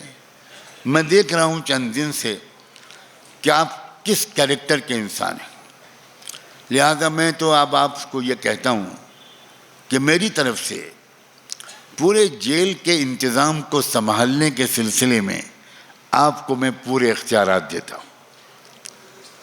آفیشلی میں آپ کو لکھ کر نہیں دے پاؤں گا، لیکن میں دیکھ رہا ہوں کہ کس قدر دیوانہ وار لوگ آپ سے محبت کر رہے ہیں۔ وہ جیل میں جماعت سے نماز پڑھاتے تھے، انہوں نے جیل میں پورا قرآن ختم کیا، تراویح میں وہ بڑے اچھے حافظ تھے، اور یہ منظر بھی عجیب و غریب ہوتا تھا کہ ان کی تراویح کی جماعت میں مسلمانوں کی جو 8-10 صفیں لگتی تھیں، مسلمان قیدیوں کی، جیلر نے الاؤ کیا تھا کہ سب بیریکیں کھول دی جائیں اور تمام مسلمان قیدیوں کو باجماعت رمضان میں تراویح پڑھنے کی اجازت دے دی جائے۔ تو ایک عجیب منظر ہوتا تھا، مگر اصل سنانے کی بات یہ ہے کہ اس تراویح کی جماعت کے پیچھے 3-4 صفیں ہمارے غیر مسلم بھائیوں کی بھی ہوتی تھی۔ ان کو نماز نہیں پڑھنا آتا تھا، لیکن وہ ہمارے عقیدت کے آ کر ہاتھ باندھ کے کھڑے ہو جاتے تھے۔ جب لوگ جھکتے تھے تو وہ جھک جاتے تھے، جب لوگ سجدے میں گرتے تھے تو جیسی ان کی سمجھ میں آتا تھا وہ سجدہ کرتے تھے۔ بعض لوگ چپ چاپ پیچھے دھیان لگا کر کھڑے رہتے تھے۔ یوسف علیہ السلام تو یوسف علیہ السلام تھے۔ میں تو اپنے بڑے بھائی کو دیکھ کر یہ اندازہ کر سکتا ہوں کہ یوسف کی کیا محبت و شان رہی ہوگی، اور یہی وجہ تھی کہ 2 ایسے نوجوان قیدی جو اتفاق سے یوسف علیہ السلام کے ساتھ ہی جیل میں گئے تھے، وَدَخَلَ مَعَهُ السِّجْنَ فَتَيَانِ، ان دونوں نے کافی مدت کے بعد دونوں نے خواب دیکھے، اور یوسف علیہ السلام کو ان کے کیریکٹر کو دیکھ کر، ان کی بزرگی اور شرافت کو دیکھ کر وہ یہ سمجھے کہ خواب کی تعبیر اس شخص سے پوچھنی چاہیے۔ تو انہوں نے حضرت یوسف علیہ السلام سے دونوں نے اپنے اپنے خواب کی تعبیر پوچھی، اور عجیب بات ہے، قرآن نقل کرتا ہے انہوں نے کیا کہہ کر پکارا یوسف علیہ السلام کو، یوسف ایھا الصدیق، اے یوسف، اے قول اور عمل کے سچے اور پکے انسان۔ ہم لوگوں نے خواب دیکھے ہیں دونوں نے، ہم چاہتے ہیں کہ ہمارے خواب کی تعبیر بتائیں۔ دونوں کا خواب سنا اور دونوں کے خواب کی تعبیر بتائی حضرت یوسف نے۔ ایک کی تعبیر کا خلاصہ یہ تھا کہ جس جرم میں تم جیل میں بھیجے گئے ہو وہ جرم تم پر ثابت ہو جائے گا اور تمہیں سزائے موت دی جائے گی۔ اور دوسرے کو کہا کہ جس جرم میں تم جیل میں بھیجے گئے ہو وہ جرم تم پر ثابت نہیں ہو پائے گا اور تم رہا ہو جاؤ۔ یہ دونوں جو تھے یہ مصر کے بادشاہ کے کچن انچارج تھے۔ ایک کھانا پکانے اور سرو کرنے کا ذمہ دار تھا، یا کھانے کو سرو کرنے کا ذمہ دار تھا، اور ایک ڈرنکس سرو کرنے کا ذمہ دار تھا۔ چنانچہ بالکل تعبیر صحیح نکلی، ایک کو تو سزائے موت دے دی گئی، پھانسی دے دی گئی، اور ایک کو رہائی مل گئی۔ جب وہ رہا ہو کر جانے لگا تو قرآن بتاتا ہے کہ یوسف علیہ السلام نے اس سے کہا کہ اذکرنی عند ربک، تم واپس جا رہے ہو بادشاہ کو، اگر وہی ڈیوٹی تم سے جوائن کروائی جائے اور بادشاہ کے قریب تم پہنچ جاؤ تو ذرا میرا تذکرہ کرنا کہ جیل میں ایک ایسا شخص بھی ہے. مگر کیا حیرت انگیز ہے اللہ کی تقدیر کہ جتنی مدت اللہ نے طے کی تھی حضرت یوسف کی تربیت کے لیے، ابھی وہ اس مدت میں کچھ دن باقی تھے، تو یہ شخص اب اس کو ڈیوٹی جوائن کرا دی گئی اور یہ بادشاہ سے یوسف کا تذکرہ کر سکتا تھا کہ حضور جیل میں ایک ایسا بے گناہ اور فرشتہ خصلت انسان ہے، بلا وجہ بند ہے. بھول گیا، وہ اس کے ذہن سے ہی نکل گیا. اب کچھ دن کے بعد جب اللہ کے علم میں وہ مدت پوری ہو گئی تو بادشاہ نے ایک خواب دیکھا، اور بادشاہ اس خواب کو دیکھ کر بہت پریشان ہوا. اس نے ان تمام دھرم گروؤں کو، گیانیوں کو بلایا جو اس کی امید کے مطابق اس کے خواب کی تعبیر بتا سکتے تھے، مگر کوئی نہیں بتا سکا. انہوں نے یہ نہیں کہا کہ حضور ہم سمجھ نہیں پا رہے ہیں اس خواب کی تعبیر کیا ہے. بجائے اس کے کہ وہ یہ کہتے، انہوں نے یہ کہا کہ حضور یہ کوئی خاص میننگ فل خواب نہیں ہے، یہ ایسے ہی بیکار نظر آنے والا خواب ہے، اس پر آپ زیادہ دھیان نہ دیجیے، اس کی کچھ میننگ ہے نہیں. جب عام طور پر کسی سوال کا جواب ہم لوگوں کو نہیں معلوم ہوتا تو اسی طرح کا جواب دے کر اپنی جان چھڑاتے ہیں اور اپنی عزت بچاتے ہیں. علماء میرے اشارے کو سمجھ گئے ہیں، اس لیے میں اس کو فردر کھولوں گا نہیں، کیونکہ میں علماء کو باعزت دیکھنا چاہتا ہوں.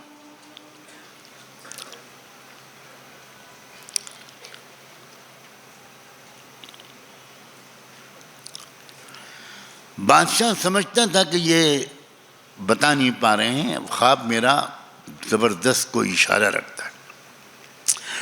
اب اس پریشانی کے عالم میں بادشاہ کے اس سرونٹ کو یاد آیا کہ میں نے خواب کی تعبیر جیل میں پوچھی تھی، بالکل سچ نکلی. میرے ساتھی نے پوچھی تھی، وہ بالکل سچ نکلی. اس نے کہا بھی تھا کہ میرا تذکرہ کرنا بادشاہ کے سامنے، اور میں بھول گیا. تب اس کو یاد آیا تو اس نے بادشاہ سے کہا کہ حضور آپ اپنے خواب کے سلسلے میں بہت پریشان ہیں، جیل میں ایسا ایک شخص موجود ہے، اس نے ہمارے خواب کی جو تعبیر بتائی تھی وہ بالکل سچی نکلی. آپ مجھے وہاں بھیج دیجئے، میں آپ کے حکم سے آپ کے خواب کی تعبیر اس شخص سے پوچھ کر آپ کو آ کر بتانا چاہتا ہوں. بادشاہ بہت پریشان تھا. اس نے فوراً ایک سرکاری نمائندے کے طور پر اپنے اس خدمت گزار کو، سرونٹ کو بھیجا یوسف کے پاس جیل میں. خواب کی تعبیر پوچھی. یوسف نے خواب کی تعبیر یہ بتائی کہ 7 سال تک ملک میں،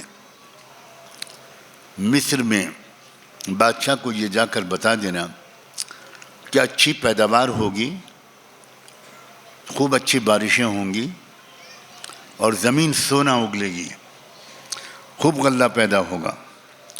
لیکن اس کے اگلے 7 سال زبردست سوکھا پڑے گا، بڑی مشکل پیش آئے. اور تعبیر ہی نہیں، میری طرف سے اس پریشانی کا ایک حل بھی بتا دینا. ان سے کہنا بادشاہ سے کہ پورے ملک کا سروے کروا کر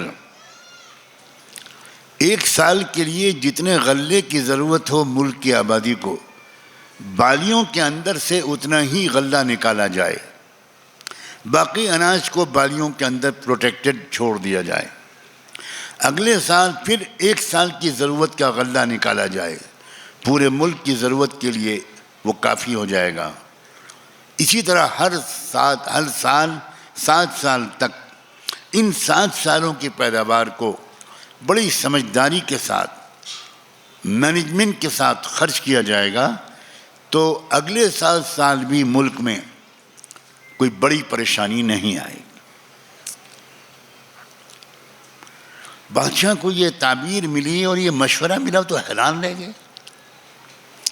کہ یہ کون شخص ہے جو بے گناہی کے باوجود جیل میں ڈال دیا گیا، اس کے باوجود یہ ملک کی سلامتی کے لیے میری قوم بھوک سے مرے نہ، میری قوم کو معاشی بدحالی کا شکار نہ ہونا پڑے، اس کے لیے یہ اتنا زبردست پریکٹیکل ایک مشورہ دے رہا ہے، ہمدردانہ مشورہ دے رہا ہے۔ یہ کیسا انسان ہے؟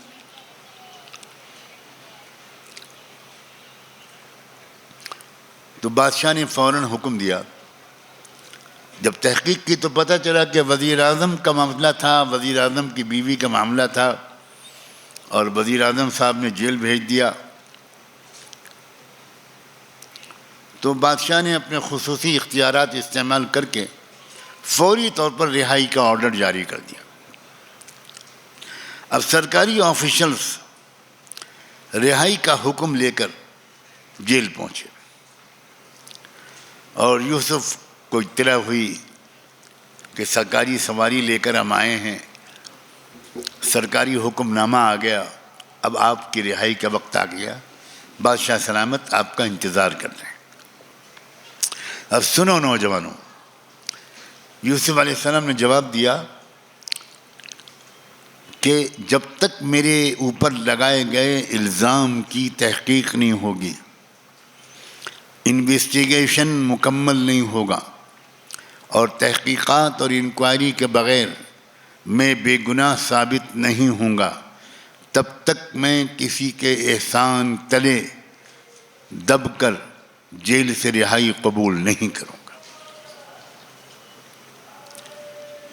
بادشاہ حیران رہ گیا یہ جواب سن کر کہ یہ کیسا انسان ہے۔ جب بادشاہ نے یہ محسوس کر کے کہ 8-9 سال تک تو ہمارے ملک کی عدالتیں ابھی یوسف کے کیس کو آگے بڑھا ہی نہیں سکیں، کوئی فیصلہ کر ہی نہیں سکیں، میں اپنے عرب علماء سے اکثر کہا کرتا ہوں کہ یہ بات آپ کے لیے سمجھنا مشکل ہوگا، ہم بھارت واسیوں کے لیے سمجھنا بہت آسان ہے، کیونکہ جو کیس دادا کے زمانے میں شروع ہوتا ہے وہ پرپوتے کے زمانے میں اگر اس کا ججمنٹ آ جائے تو یہ بڑی غیر معمولی بات ہوتی ہے۔ یہ ہماری جوڈیشری کی رفتار ہے۔ ہم وشو گرو ہیں نا، اور گرو ذرا تیز نہیں چل پاتا میری طرح۔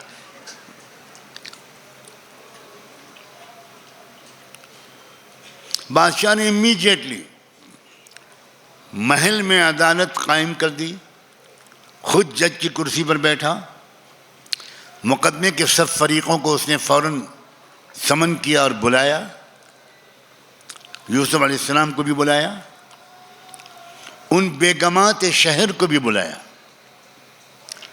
جن کے پروپیگنڈے کی وجہ سے وزیر اعظم نے یوسف کے بے گناہی جاننے کے باوجود بدنامی سے بچنے کے لیے یوسف کو جیل میں ڈال دیا تھا۔ ان بیگمات مصر کو بھی بلایا اور وزیر اعظم کی اہلیہ مکرمہ کو بھی بلایا، ان کی بیوی کو بھی بلایا گیا۔ اب اسٹیٹمنٹ لینا شروع کیا بادشاہ نے۔ سب سے پہلا بیان قرآن کے بیان کے مطابق بیگمات مصر کا، بیگمات شہر کا۔ بتاؤ کیا کہتی ہو؟ تو وہ عورتیں بادشاہ کے تیور دیکھ کر سمجھ گئی تھیں، وہ سمجھ گئی تھی کہ اب جھوٹ بولے تو خیریت نہیں، تو ان عورتوں نے صاف الفاظ میں اقبال جرم کر دیا اور کہا یوسف کا دامن بالکل پاک ہے، ہم نے جھوٹ بولا تھا، غلط الزام لگایا تھا، ہم اپنی غلطی اور جرم کا اقرار کرتے ہیں۔ اب ایک فریق کا بیان ہو گیا، اب وزیر اعظم کی بیوی کو بلایا گیا، تم کیا کہتی ہو؟ وزیر اعظم کی بیوی بھی سمجھ گئی۔ وزیر اعظم کی بیوی نے صاف لفظوں میں قرآن کے بیان کے مطابق کہا، الآن حصحص الحق انا راودته عن نفسی۔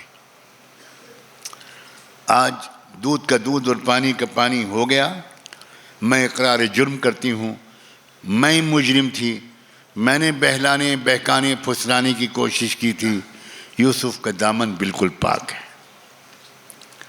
اب آخر میں باری آئی یوسف علیہ السلام کی۔ اب بادشاہ نے یوسف سے پوچھا کہ تم بھی کچھ کہنا چاہتے ہو تو کہو۔ تو یوسف علیہ السلام نے عجیب و غریب جملہ کہا، ذَلِكَ لِيَعْلَمَ أَنِّي لَمْ أَخُنْهُ بِالْغَيْبِ وَأَنَّ اللَّهَ لَا يَهْدِي كَيْدَ الْخَائِنِينَ وَمَا أُبَرِّئُ نَفْسِي إِنَّ النَّفْسَ لَأَمَّارَةٌ بِالسُّوءِ۔ یوسف علیہ السلام نے کہا کہ بادشاہ سلامت، پہلی بات تو یہ ہے کہ میں نے یہ جو کہا تھا کہ جب تک میرے مقدمے کی تحقیق نہیں ہوگی میں ایسے ہی جیل سے رہائی کو قبول نہیں کرتا، میں نے اس وجہ سے نہیں کہا تھا، میں یہ نہیں چاہتا تھا کہ یہ عورتیں سر بازار بدنام اور شرمندہ ہوں، یہ میرا ارادہ نہیں تھا۔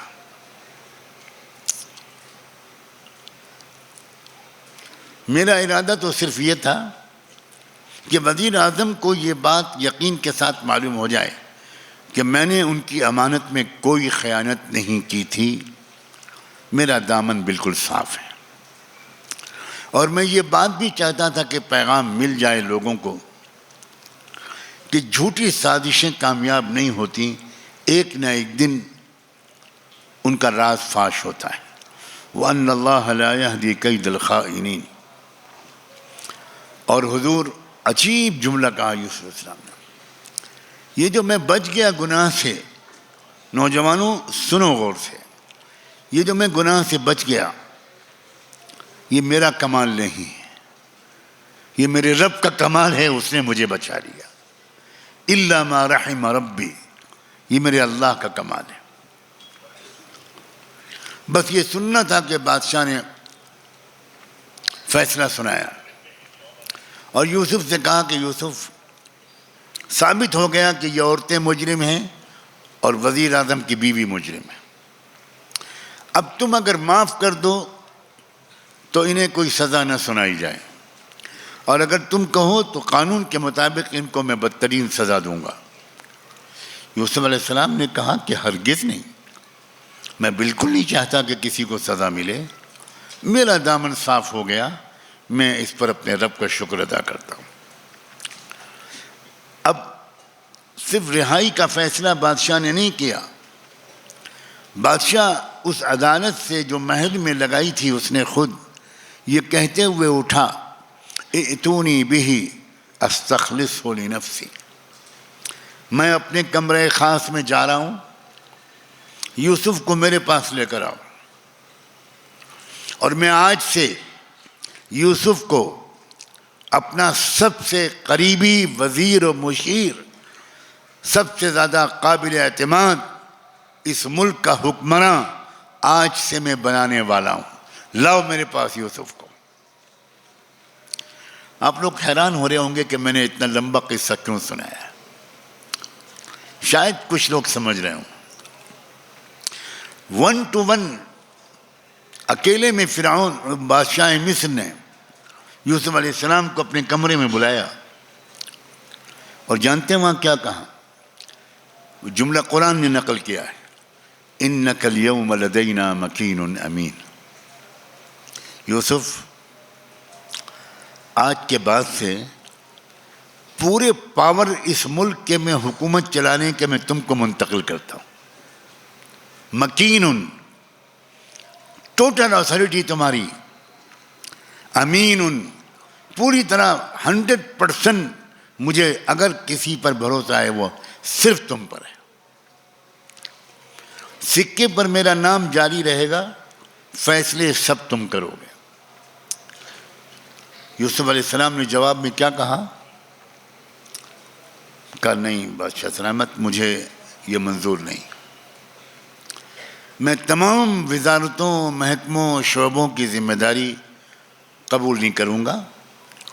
جو سب سے زیادہ کرائسس میں مبتلا ہے آپ کا ملک اور ہونے والا ہے، وہ ہے محکمہ غذا و خوراک، فوڈ منسٹری۔ اگر ٹھیک سے مینیج نہ کیا گیا کھیتوں میں پیدا ہونے والے غلوں کو، تو پھر اگلے 7 سال، اس سال کے بعد اگلے 7 سال میں آپ کے ملک کے لاکھوں لوگ بھوک سے مریں گے۔ میں یہ ذمہ داری قبول کرنے کو تیار ہوں۔ کیوں؟ اس لیے کہ مجھے اللہ نے 2 چیزیں دی ہیں۔ یہ ہے میری ڈگری، یہ ہے میری کوالیفیکیشن، اجعلنی علی خزائن الارض انی حفیظ علیم۔ آپ مجھے زمین کی پیداوار والا محکمہ دے دیجئے، کیونکہ میں ایک تو انتہائی ایماندار ہوں، ایک دانہ بھی ادھر سے ادھر نہیں ہونے دوں گا۔ اب کرپشن والے ملک کے شہری سب سے زیادہ سمجھ سکتے ہیں کہ ایمانداری کتنی بڑی صفت ہے۔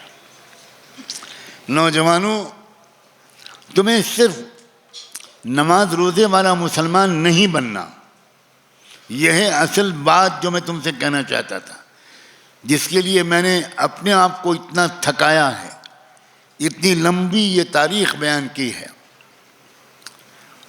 اس ملک میں ایک بھی ایماندار انسان شاید نہیں بچا۔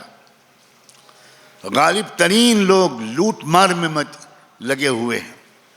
کرپشن، پھر کرپشن، پھر کرپشن، اور کرپشن کو کی انکوائری کرنے والی جو کمیٹی بیٹھتی ہے اس میں بھی کرپشن۔ یہ حال ہے ملک کا، ورنہ آج ہمارا ملک دنیا میں سب سے مضبوط معاشی طاقت بنتا۔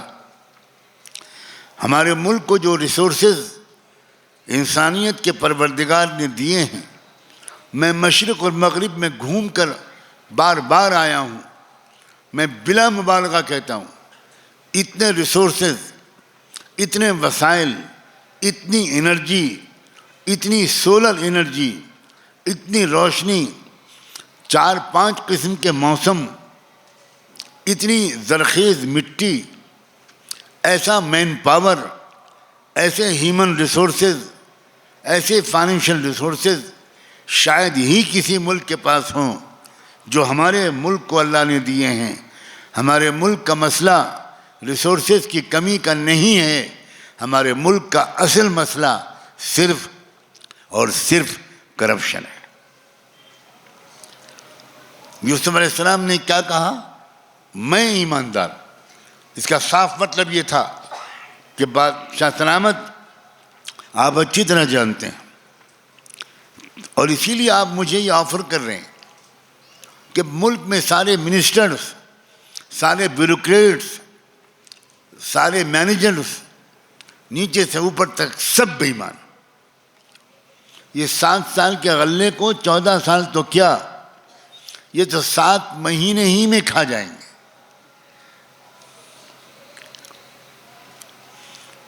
ہمارے منتری تو ڈبل روٹی اور مکھن نہیں کھاتے، جانوروں کا چارہ بھی کھا لیتے ہیں۔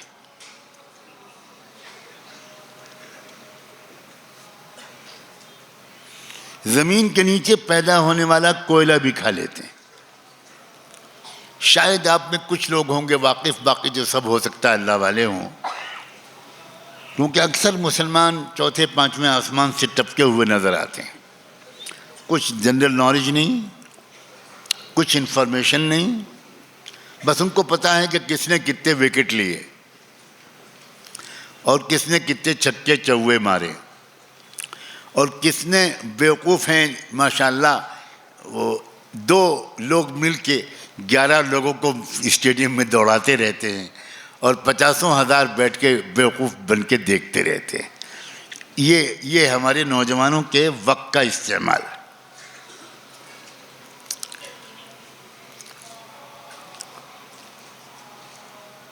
ایک بات تو کہی حفیظ، میں ایماندار ہوں. دوسری بات اور کہی علیم،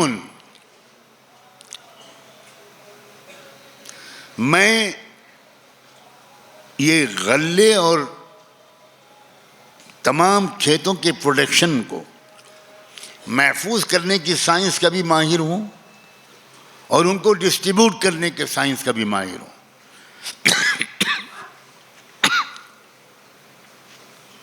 یہ بہت بڑا کام ہوتا ہے. ملک کی پیداوار کو محفوظ کرنا اور عوام تک پہنچانا، ایک ایک گھر تک پہنچانا. کیوں کسانوں نے ہمارے ملک میں آندولن کیا؟ کیوں 750 کسان موت کی گھاٹ اترے؟ اس آندولن میں 750 کسانوں نے اپنی جانوں کی قربانی دی.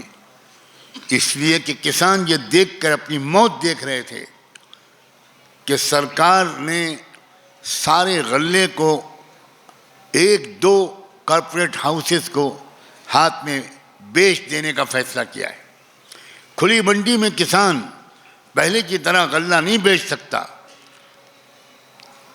اڈانی نے بہت بڑے بڑے گودام بنائے ہیں. ان گوداموں میں کسانوں کا غلہ خریدا جائے گا جبراً. کسان کھلی منڈی اور اوپن مارکیٹ میں وہ پہلے کی طرح غلہ نہیں بیچ سکتے. افسوس یہ ہے کہ نہ ہمارے علماء کو معلوم، نہ ہمارے پروفیشنلز کو معلوم، نہ ہمارے ٹیچرز کو معلوم. بس وہ یہ جانتے ہیں کہ کسانوں نے سال 1.5 سال تک اپنا آندولن چلایا، لیکن یہ نہیں پتا کہ وہ ان کی ڈیمانڈز کیا تھیں، آندولن کی وجہ کیا تھی. اوپن مارکیٹ میں غلے کو بیچنے کی آزادی موجودہ سرکار چھین کر غلے کو زبردستی ان چند کارپوریٹ ہاؤسز کے ہاتھ میں بیچنے پر مجبور کر رہی تھی، جس سے کسان زبردست نقصان میں آ رہے تھے. ان کو لاگت کے پیسے بھی نہیں مل رہے تھے، انہیں اپنی موت نظر آ رہی تھی. انہیں ٹریکٹر کے ڈیزل کا خرچہ بھی نہیں نکل رہا تھا. اس لیے وہ بیچارے احتجاج پر آئے اور سڑکوں پر آئے. یوسف علیہ السلام نے یہ 2 باتیں کہیں. میں علیم ہوں. کسے کہتے ہیں ایجوکیشن؟ کیا مطلب ہے کوالیفیکیشن کا؟ آج کل ہمارے نوجوان جو پڑھ رہے ہیں، نوجوانوں تمہارے پڑھنے کا مقصد سماج کی خدمت نہیں ہے. تمہارے پڑھنے کا مقصد اپنا الو سیدھا کرنا ہے، اپنا کیریئر بنانا ہے، پیسے کمانے والا بننا ہے. مجھے ڈاکٹر بننا ہے تاکہ میں مریضوں کو لوٹوں، مجھے وکیل بننا ہے تاکہ میں مقدمے کے فریقوں کو لوٹوں، مجھے IAS اور IPS بننا ہے تاکہ میں بنگلے اور کاروں کا ایک ذخیرہ اکٹھا کروں. یہ نوجوان مسلمان کہلانے کے مستحق ہیں؟ مجھے معاف کرنا، میں بہت صاف گو انسان. میں نے پورے بیان کو بہت ہی لو ٹیمپریچر پہ رکھا اور تم کو ہنسا ہنسا کر سمجھانے کی کوشش کی، اس لیے کہ مجھے تمہارے ہنستے مسکراتے چہرے پسند ہیں. تمہارے دل کو توڑنے والے دشمن تمہارے اور بہت موجود ہیں. میں بھی تم کو ٹھیس پہنچاؤں، میں بھی تم کو زر بازار ذلیل کروں، یہ تو کوئی زیبا نہیں دیتا. لیکن آخر میں اپنے درد کا اظہار کرنا چاہتا ہوں. تمہارے ایجوکیشن حاصل کرنے کا، تمہارے کچھ بھی پڑھنے کا، تم ایگریکلچر سائنس اگر پڑھ رہے ہو تو اس کا مقصد واللہ پیسہ بٹورنا نہیں ہونا چاہیے. اور اگر ہے پیسہ بٹورنا تو مجھے یہ کہنے میں کوئی بات نہیں ہے کہ تم نبیوں کے راستے پر نہیں ہو، تم بنیوں کے راستے پر ہو. ایگریکلچر سائنس پڑھنے والے لڑکوں کا مقصد ہونا چاہیے کہ ہم اپنی زمین سے، اپنے ملک کی زمین سے، صرف مسلمانوں کے کھیت سے نہیں، اپنے ملک کی زمین کے چپے چپے سے بہترین پیداوار کیسے نکلوائیں، آرگینک کھیتی کو کیسے رواج دیں. مقامی بیجوں کو کیسے استعمال کریں. تمہیں اگر خبر نہیں تو کس کو خبر ہوگی کہ ہمارے ملک میں عجیب و غریب قانون بنا ہے. عجیب قانون ہے. پہلے زمانے میں کسان یہ کرتا تھا کہ جب کھیت سے غلہ لاتا تھا تو اس غلے کو استعمال کے لیے الگ کر دیتا تھا اور غلے کے کچھ حصے کو الگ کر دیتا تھا کہ جب کھیت میں بیج ڈالنے کا وقت آئے گا تو یہی گیہوں میں وہاں ڈالوں گا, یہی چاول یا دھان میں وہاں ڈالوں گا. تو دیسی اپنے ہی کھیت سے دیسی کھاد کے ذریعے پیدا ہونے والا وہ غلہ طاقتور ہوتا تھا. اس میں پروٹین ہوتے تھے, اس میں پوٹیشیم ہوتا تھا, اس میں بہت طاقتور چیزیں ہوتی تھیں. کوئی کیمیکل کھادیں نہیں ملائی جاتی تھیں. اب سرکار نے پابندی لگا دی کہ آپ اپنے غلے کے اپنے کھیت کے غلے کو بیج کے طور پر استعمال نہیں کر سکتے. امریکہ سے امپورٹڈ بیج ہی آپ کو استعمال کرنا پڑے گا. علماء کو چاہیے کہ وہ معلومات رکھیں.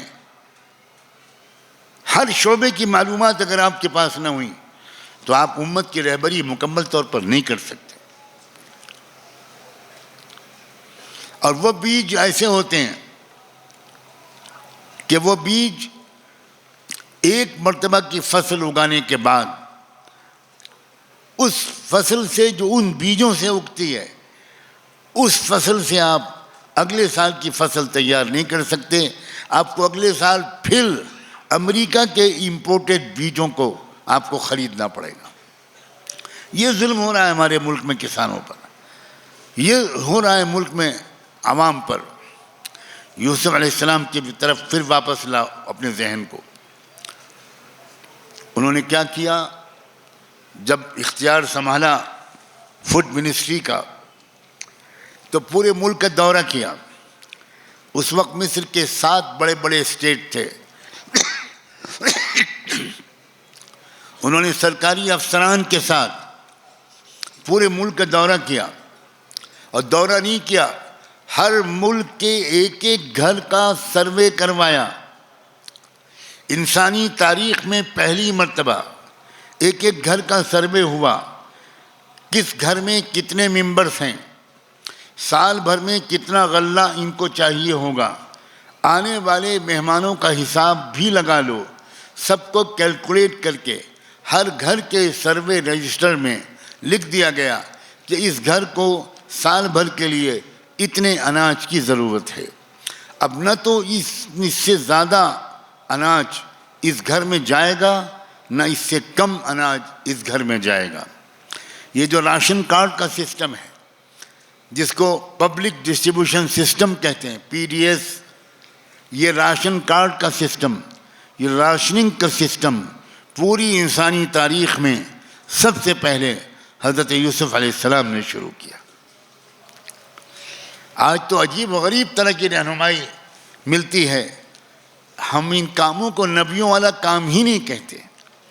ہم نے نبیوں والے کام کو خدا جانے کتنا محدود کیا ہے. یہ انتہائی جہالت کی بات ہے. حضرت وَعَلَّمْنَاهُ صَنْعَةَ لَبُوسٍ لَكُمْ, حضرت داؤد فوجی لباس بنانے کے ماہر تھے. وہ فوجی یونیفارم تیار کرتے تھے. ایک سے ایک انبیاء علیہ السلام کو الگ الگ انڈسٹری بھی آتی تھی اور وہ خود اس کام میں لگتے ہوں یہ کہیں نہیں ثبوت ملتا. لیکن انہوں نے اپنے اس سائنس اور فن سے اپنی قوموں کو زبردست فائدہ پہنچایا. چنانچہ یوسف علیہ السلام, لاکھوں سلام ہوں ان پر, پورے ملک کے ایک ایک گھر کا سروے کروانے کے بعد انہوں نے پھر اس بات کا اعلان کیا کہ باری باری لوگ آئیں اور سرکاری گودام سے اپنے سال بھر کی ضرورت کے حساب سے جو سرکاری رجسٹر میں درج ہے اس کے حساب سے وہ غلہ لے کر جائیں. اب جب یہ صورتحال ہوئی, پورے ملک میں پہلی مرتبہ ایک ہمدرد لیڈر ملا, ایک انسانیت کا خیرخواہ ملا. جبکہ یوسف علیہ السلام کا مذہب دوسرا تھا, اس پورے ملک میں ایک بھی مسلمان نہیں تھا. کان کھول کے سنو، یوسف علیہ السلام اکیلے مسلمان تھے اور وہ اپنی غیر مسلم قوم کا، برادران وطن کا، اپنے ملک کے باشندوں کی ایسی زبردست خدمت کر رہے تھے۔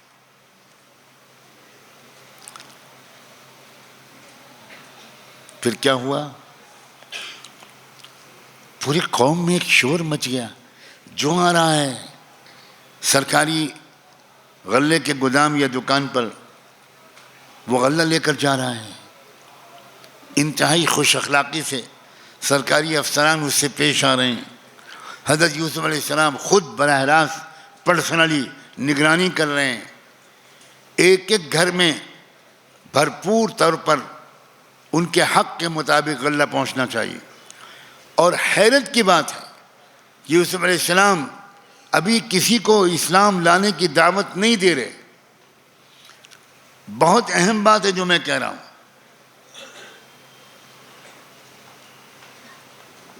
لیکن قوم ہے کہ وہ دیوانی ہوئی جا رہی ہے، اور قوم نے فیصلہ کیا، 10 نے، 20 نے، 50 نے، 100 نے، 1000 نے، 10,000 نے، قوم نے فیصلہ کیا کہ بھئی یہ انسان، ہم تو اسی کی تہذیب قبول کریں گے، ہم تو اسی کا مذہب قبول کریں گے۔ نوجوانوں، دیکھتے ہی دیکھتے تھوڑی مدت میں پورا مصر اسلام میں داخل ہو گیا۔ یہ ہے نوجوانوں تمہارے لیے آئیڈیل، تمہارا رول ماڈل، تم کو جس کو فالو کرنا چاہیے۔ کیا بتاؤں میں تو دیوانوں کی طرح یہ باتیں کر رہا ہوں۔ بالکل ایسا لگتا ہے کہ جیسے میں جنگل میں، صحرا میں اذان دے رہا ہوں، قبرستان میں اذان دے رہا ہوں۔ آج کے نوجوانوں کی آنکھیں گندی، آج کے نوجوانوں کا کیریکٹر گندا، آج کے نوجوانوں کے ہمتیں پست، کوئی سوچتا ہی نہیں بلند سوچ، کسی کے ذہن میں بلند خیال نہیں آتا۔ کیوں نہیں خیال آتا؟ کہ ہم اس بھارت کو اس غربت سے نکالیں گے، ہم اس بھارت کو جہالت سے نکالیں گے، ہم اپنے دیش کو چھوت چھات سے بچائیں گے، ہم اپنے دیش میں ہم اس لیے ڈاکٹر بنیں گے تاکہ زیادہ سے زیادہ میں غریبوں کا علاج کر سکوں، ان کی دعائیں لے سکوں، ہم اس لیے وکیل بنیں گے کہ مظلوموں کو ان کے حق دلوا سکوں۔ کون ہے یہ؟ سب پہلے دن سے ان کی نیت یہ ہوتی ہے، مجھے وہ کورس جوائن کرنا ہے جس میں خوب پیسے کماؤں۔ یہ نبیوں کا راستہ نہیں ہے، یہ غلامان مصطفیٰ کا راستہ نہیں ہے، یہ کلمہ پڑھنے والوں کا راستہ نہیں ہے۔ لیٹ می سے ویری فرینکلی، صاف لفظوں میں کہنا چاہتا ہوں، اسلام نام کرتے پاجامے اور ٹوپی کا نہیں ہے۔ اسلام نام صرف 5 وقت کی یا جمعے کی نماز کا نہیں ہے۔ اسلام نام جانتے ہو کس کا ہے؟ سب کی خیرخواہی کا، انسانیت کی خدمت کا۔ اے نوجوانوں، کالجوں میں پڑھنے والوں، اپنے عزائم کو بلند کرو، سوچ کو بلند کرو، اس قابل بنو کہ تم کم سے کم اپنے گاؤں کی غربت دور کر سکو، اپنے محلے کی غربت دور کر سکو، اپنے پڑوسیوں کی غربت دور کر سکو، اپنے علاقے کے ایک چھوٹے سے خطے میں تم کچھ لوگوں کے کام آؤ۔ یہ ہے یوسف علیہ السلام کا پیغام۔ اور میں نے پوری، اور اس لیے یوسف علیہ السلام کے واقعے کو، ابھی اور بھی بہت سے پہلو ہیں لیکن میں سب کو بیان نہیں کر سکتا، اس واقعے کو اللہ نے انسانی تاریخ کا سب سے اچھا واقعہ قرار دیا۔ نحن نقص علیک احسن القصص۔ کیا میں تم سے امید کروں آج؟ دیکھو، جھوٹ نہ بولنا، اللہ دیکھ رہا ہے۔ سنجیدگی سے جس کے دل میں ارادہ ہو وہی ہاں کہے، باقی اگر خاموش رہو گے تو کوئی حرج نہیں۔ تم اپنے دل کی نیت کو کیا آج بدلنے کا فیصلہ کرتے ہو؟ کیا آج تم اس بات کا عہد کرتے ہو کہ مجھے اپنے پروفیشن کے ذریعے، وہ چاہے انجینئرنگ ہو، چاہے لا ہو، چاہے میڈیسن ہو، چاہے ٹیچنگ ہو، چاہے کچھ ہو، مجھے اس کے ذریعے صرف پیٹ کا جہنم نہیں بھرنا، بلکہ مجھے اپنے سماج کی خدمت کرنی ہے. مسلمان ہو یا ہندو، سکھ ہو یا عیسائی، کوئی ہو، وہ ہمارا انسانی بھائی ہے، ہمارا وطنی بھائی ہے. ہمیں اس کے کام آنے کے قابل بننا ہے. اس نیت سے اگر تم پڑھو گے تو تم اپنی محنت بھی بڑھاؤ گے، پڑھائی میں انجوائے بھی کرو گے، اور تم کو اپنی پڑھائی میں نماز کا لطف آئے گا، عبادت کا مزہ آئے گا. پڑھ رہے ہوگے تم فزکس کیمسٹری، لیکن اس میں بھی تم کو ایسا لگے گا کہ جیسے میں کوئی بہت نیک کام کر رہا ہوں جس پر اللہ مجھ سے راضی ہوگا. یہ اپنا مقصد زندگی بناؤ، یہ گول بناؤ، اتنے اونچے اونچے خواب دیکھو. اللہ ہمارے اور تمہارے لیے، تمام نوجوانوں کے لیے اس کو آسان فرمائے. مجھے بالکل یہ امید نہیں تھی کہ میں اتنی لمبی بات کروں گا. اس وقت بھی میں بہت ہی ایگزاسٹڈ اپنے کو محسوس کر رہا ہوں، بہت زیادہ. لیکن بہرحال نوجوانوں کو جب میں دیکھتا ہوں تو میرا دل چاہتا ہے کہ میں اپنا کلیجہ نکال کے رکھ دوں، اپنی زندگی کے تجربات تمہارے قدموں پر نشاور کر دوں. ملت اور ملک کا مستقبل تمہارے ہاتھ میں ہے. پورے ملک میں کرپشن چھا گیا، خود غرضی چھا گئی. اب میں اور کس سے امید کروں سوائے ان نوجوانوں سے؟ کچھ امید کر سکتا ہوں جو نام لیتے ہیں محمد الرسول اللہ. یہ ہے نبیوں کا راستہ جو میں نے ایک مثال کے سہارے تمہارے سامنے رکھا. اللہ تمہارے عزائم بلند کرے اور ہمتوں کو مضبوط کرے. وآخر دعوانا ان الحمد للہ رب العالمین. جو کچھ اعلانات وہ کریں گے، آخر میں 2 ایک اعلان میں کروں گا. جزاکم اللہ.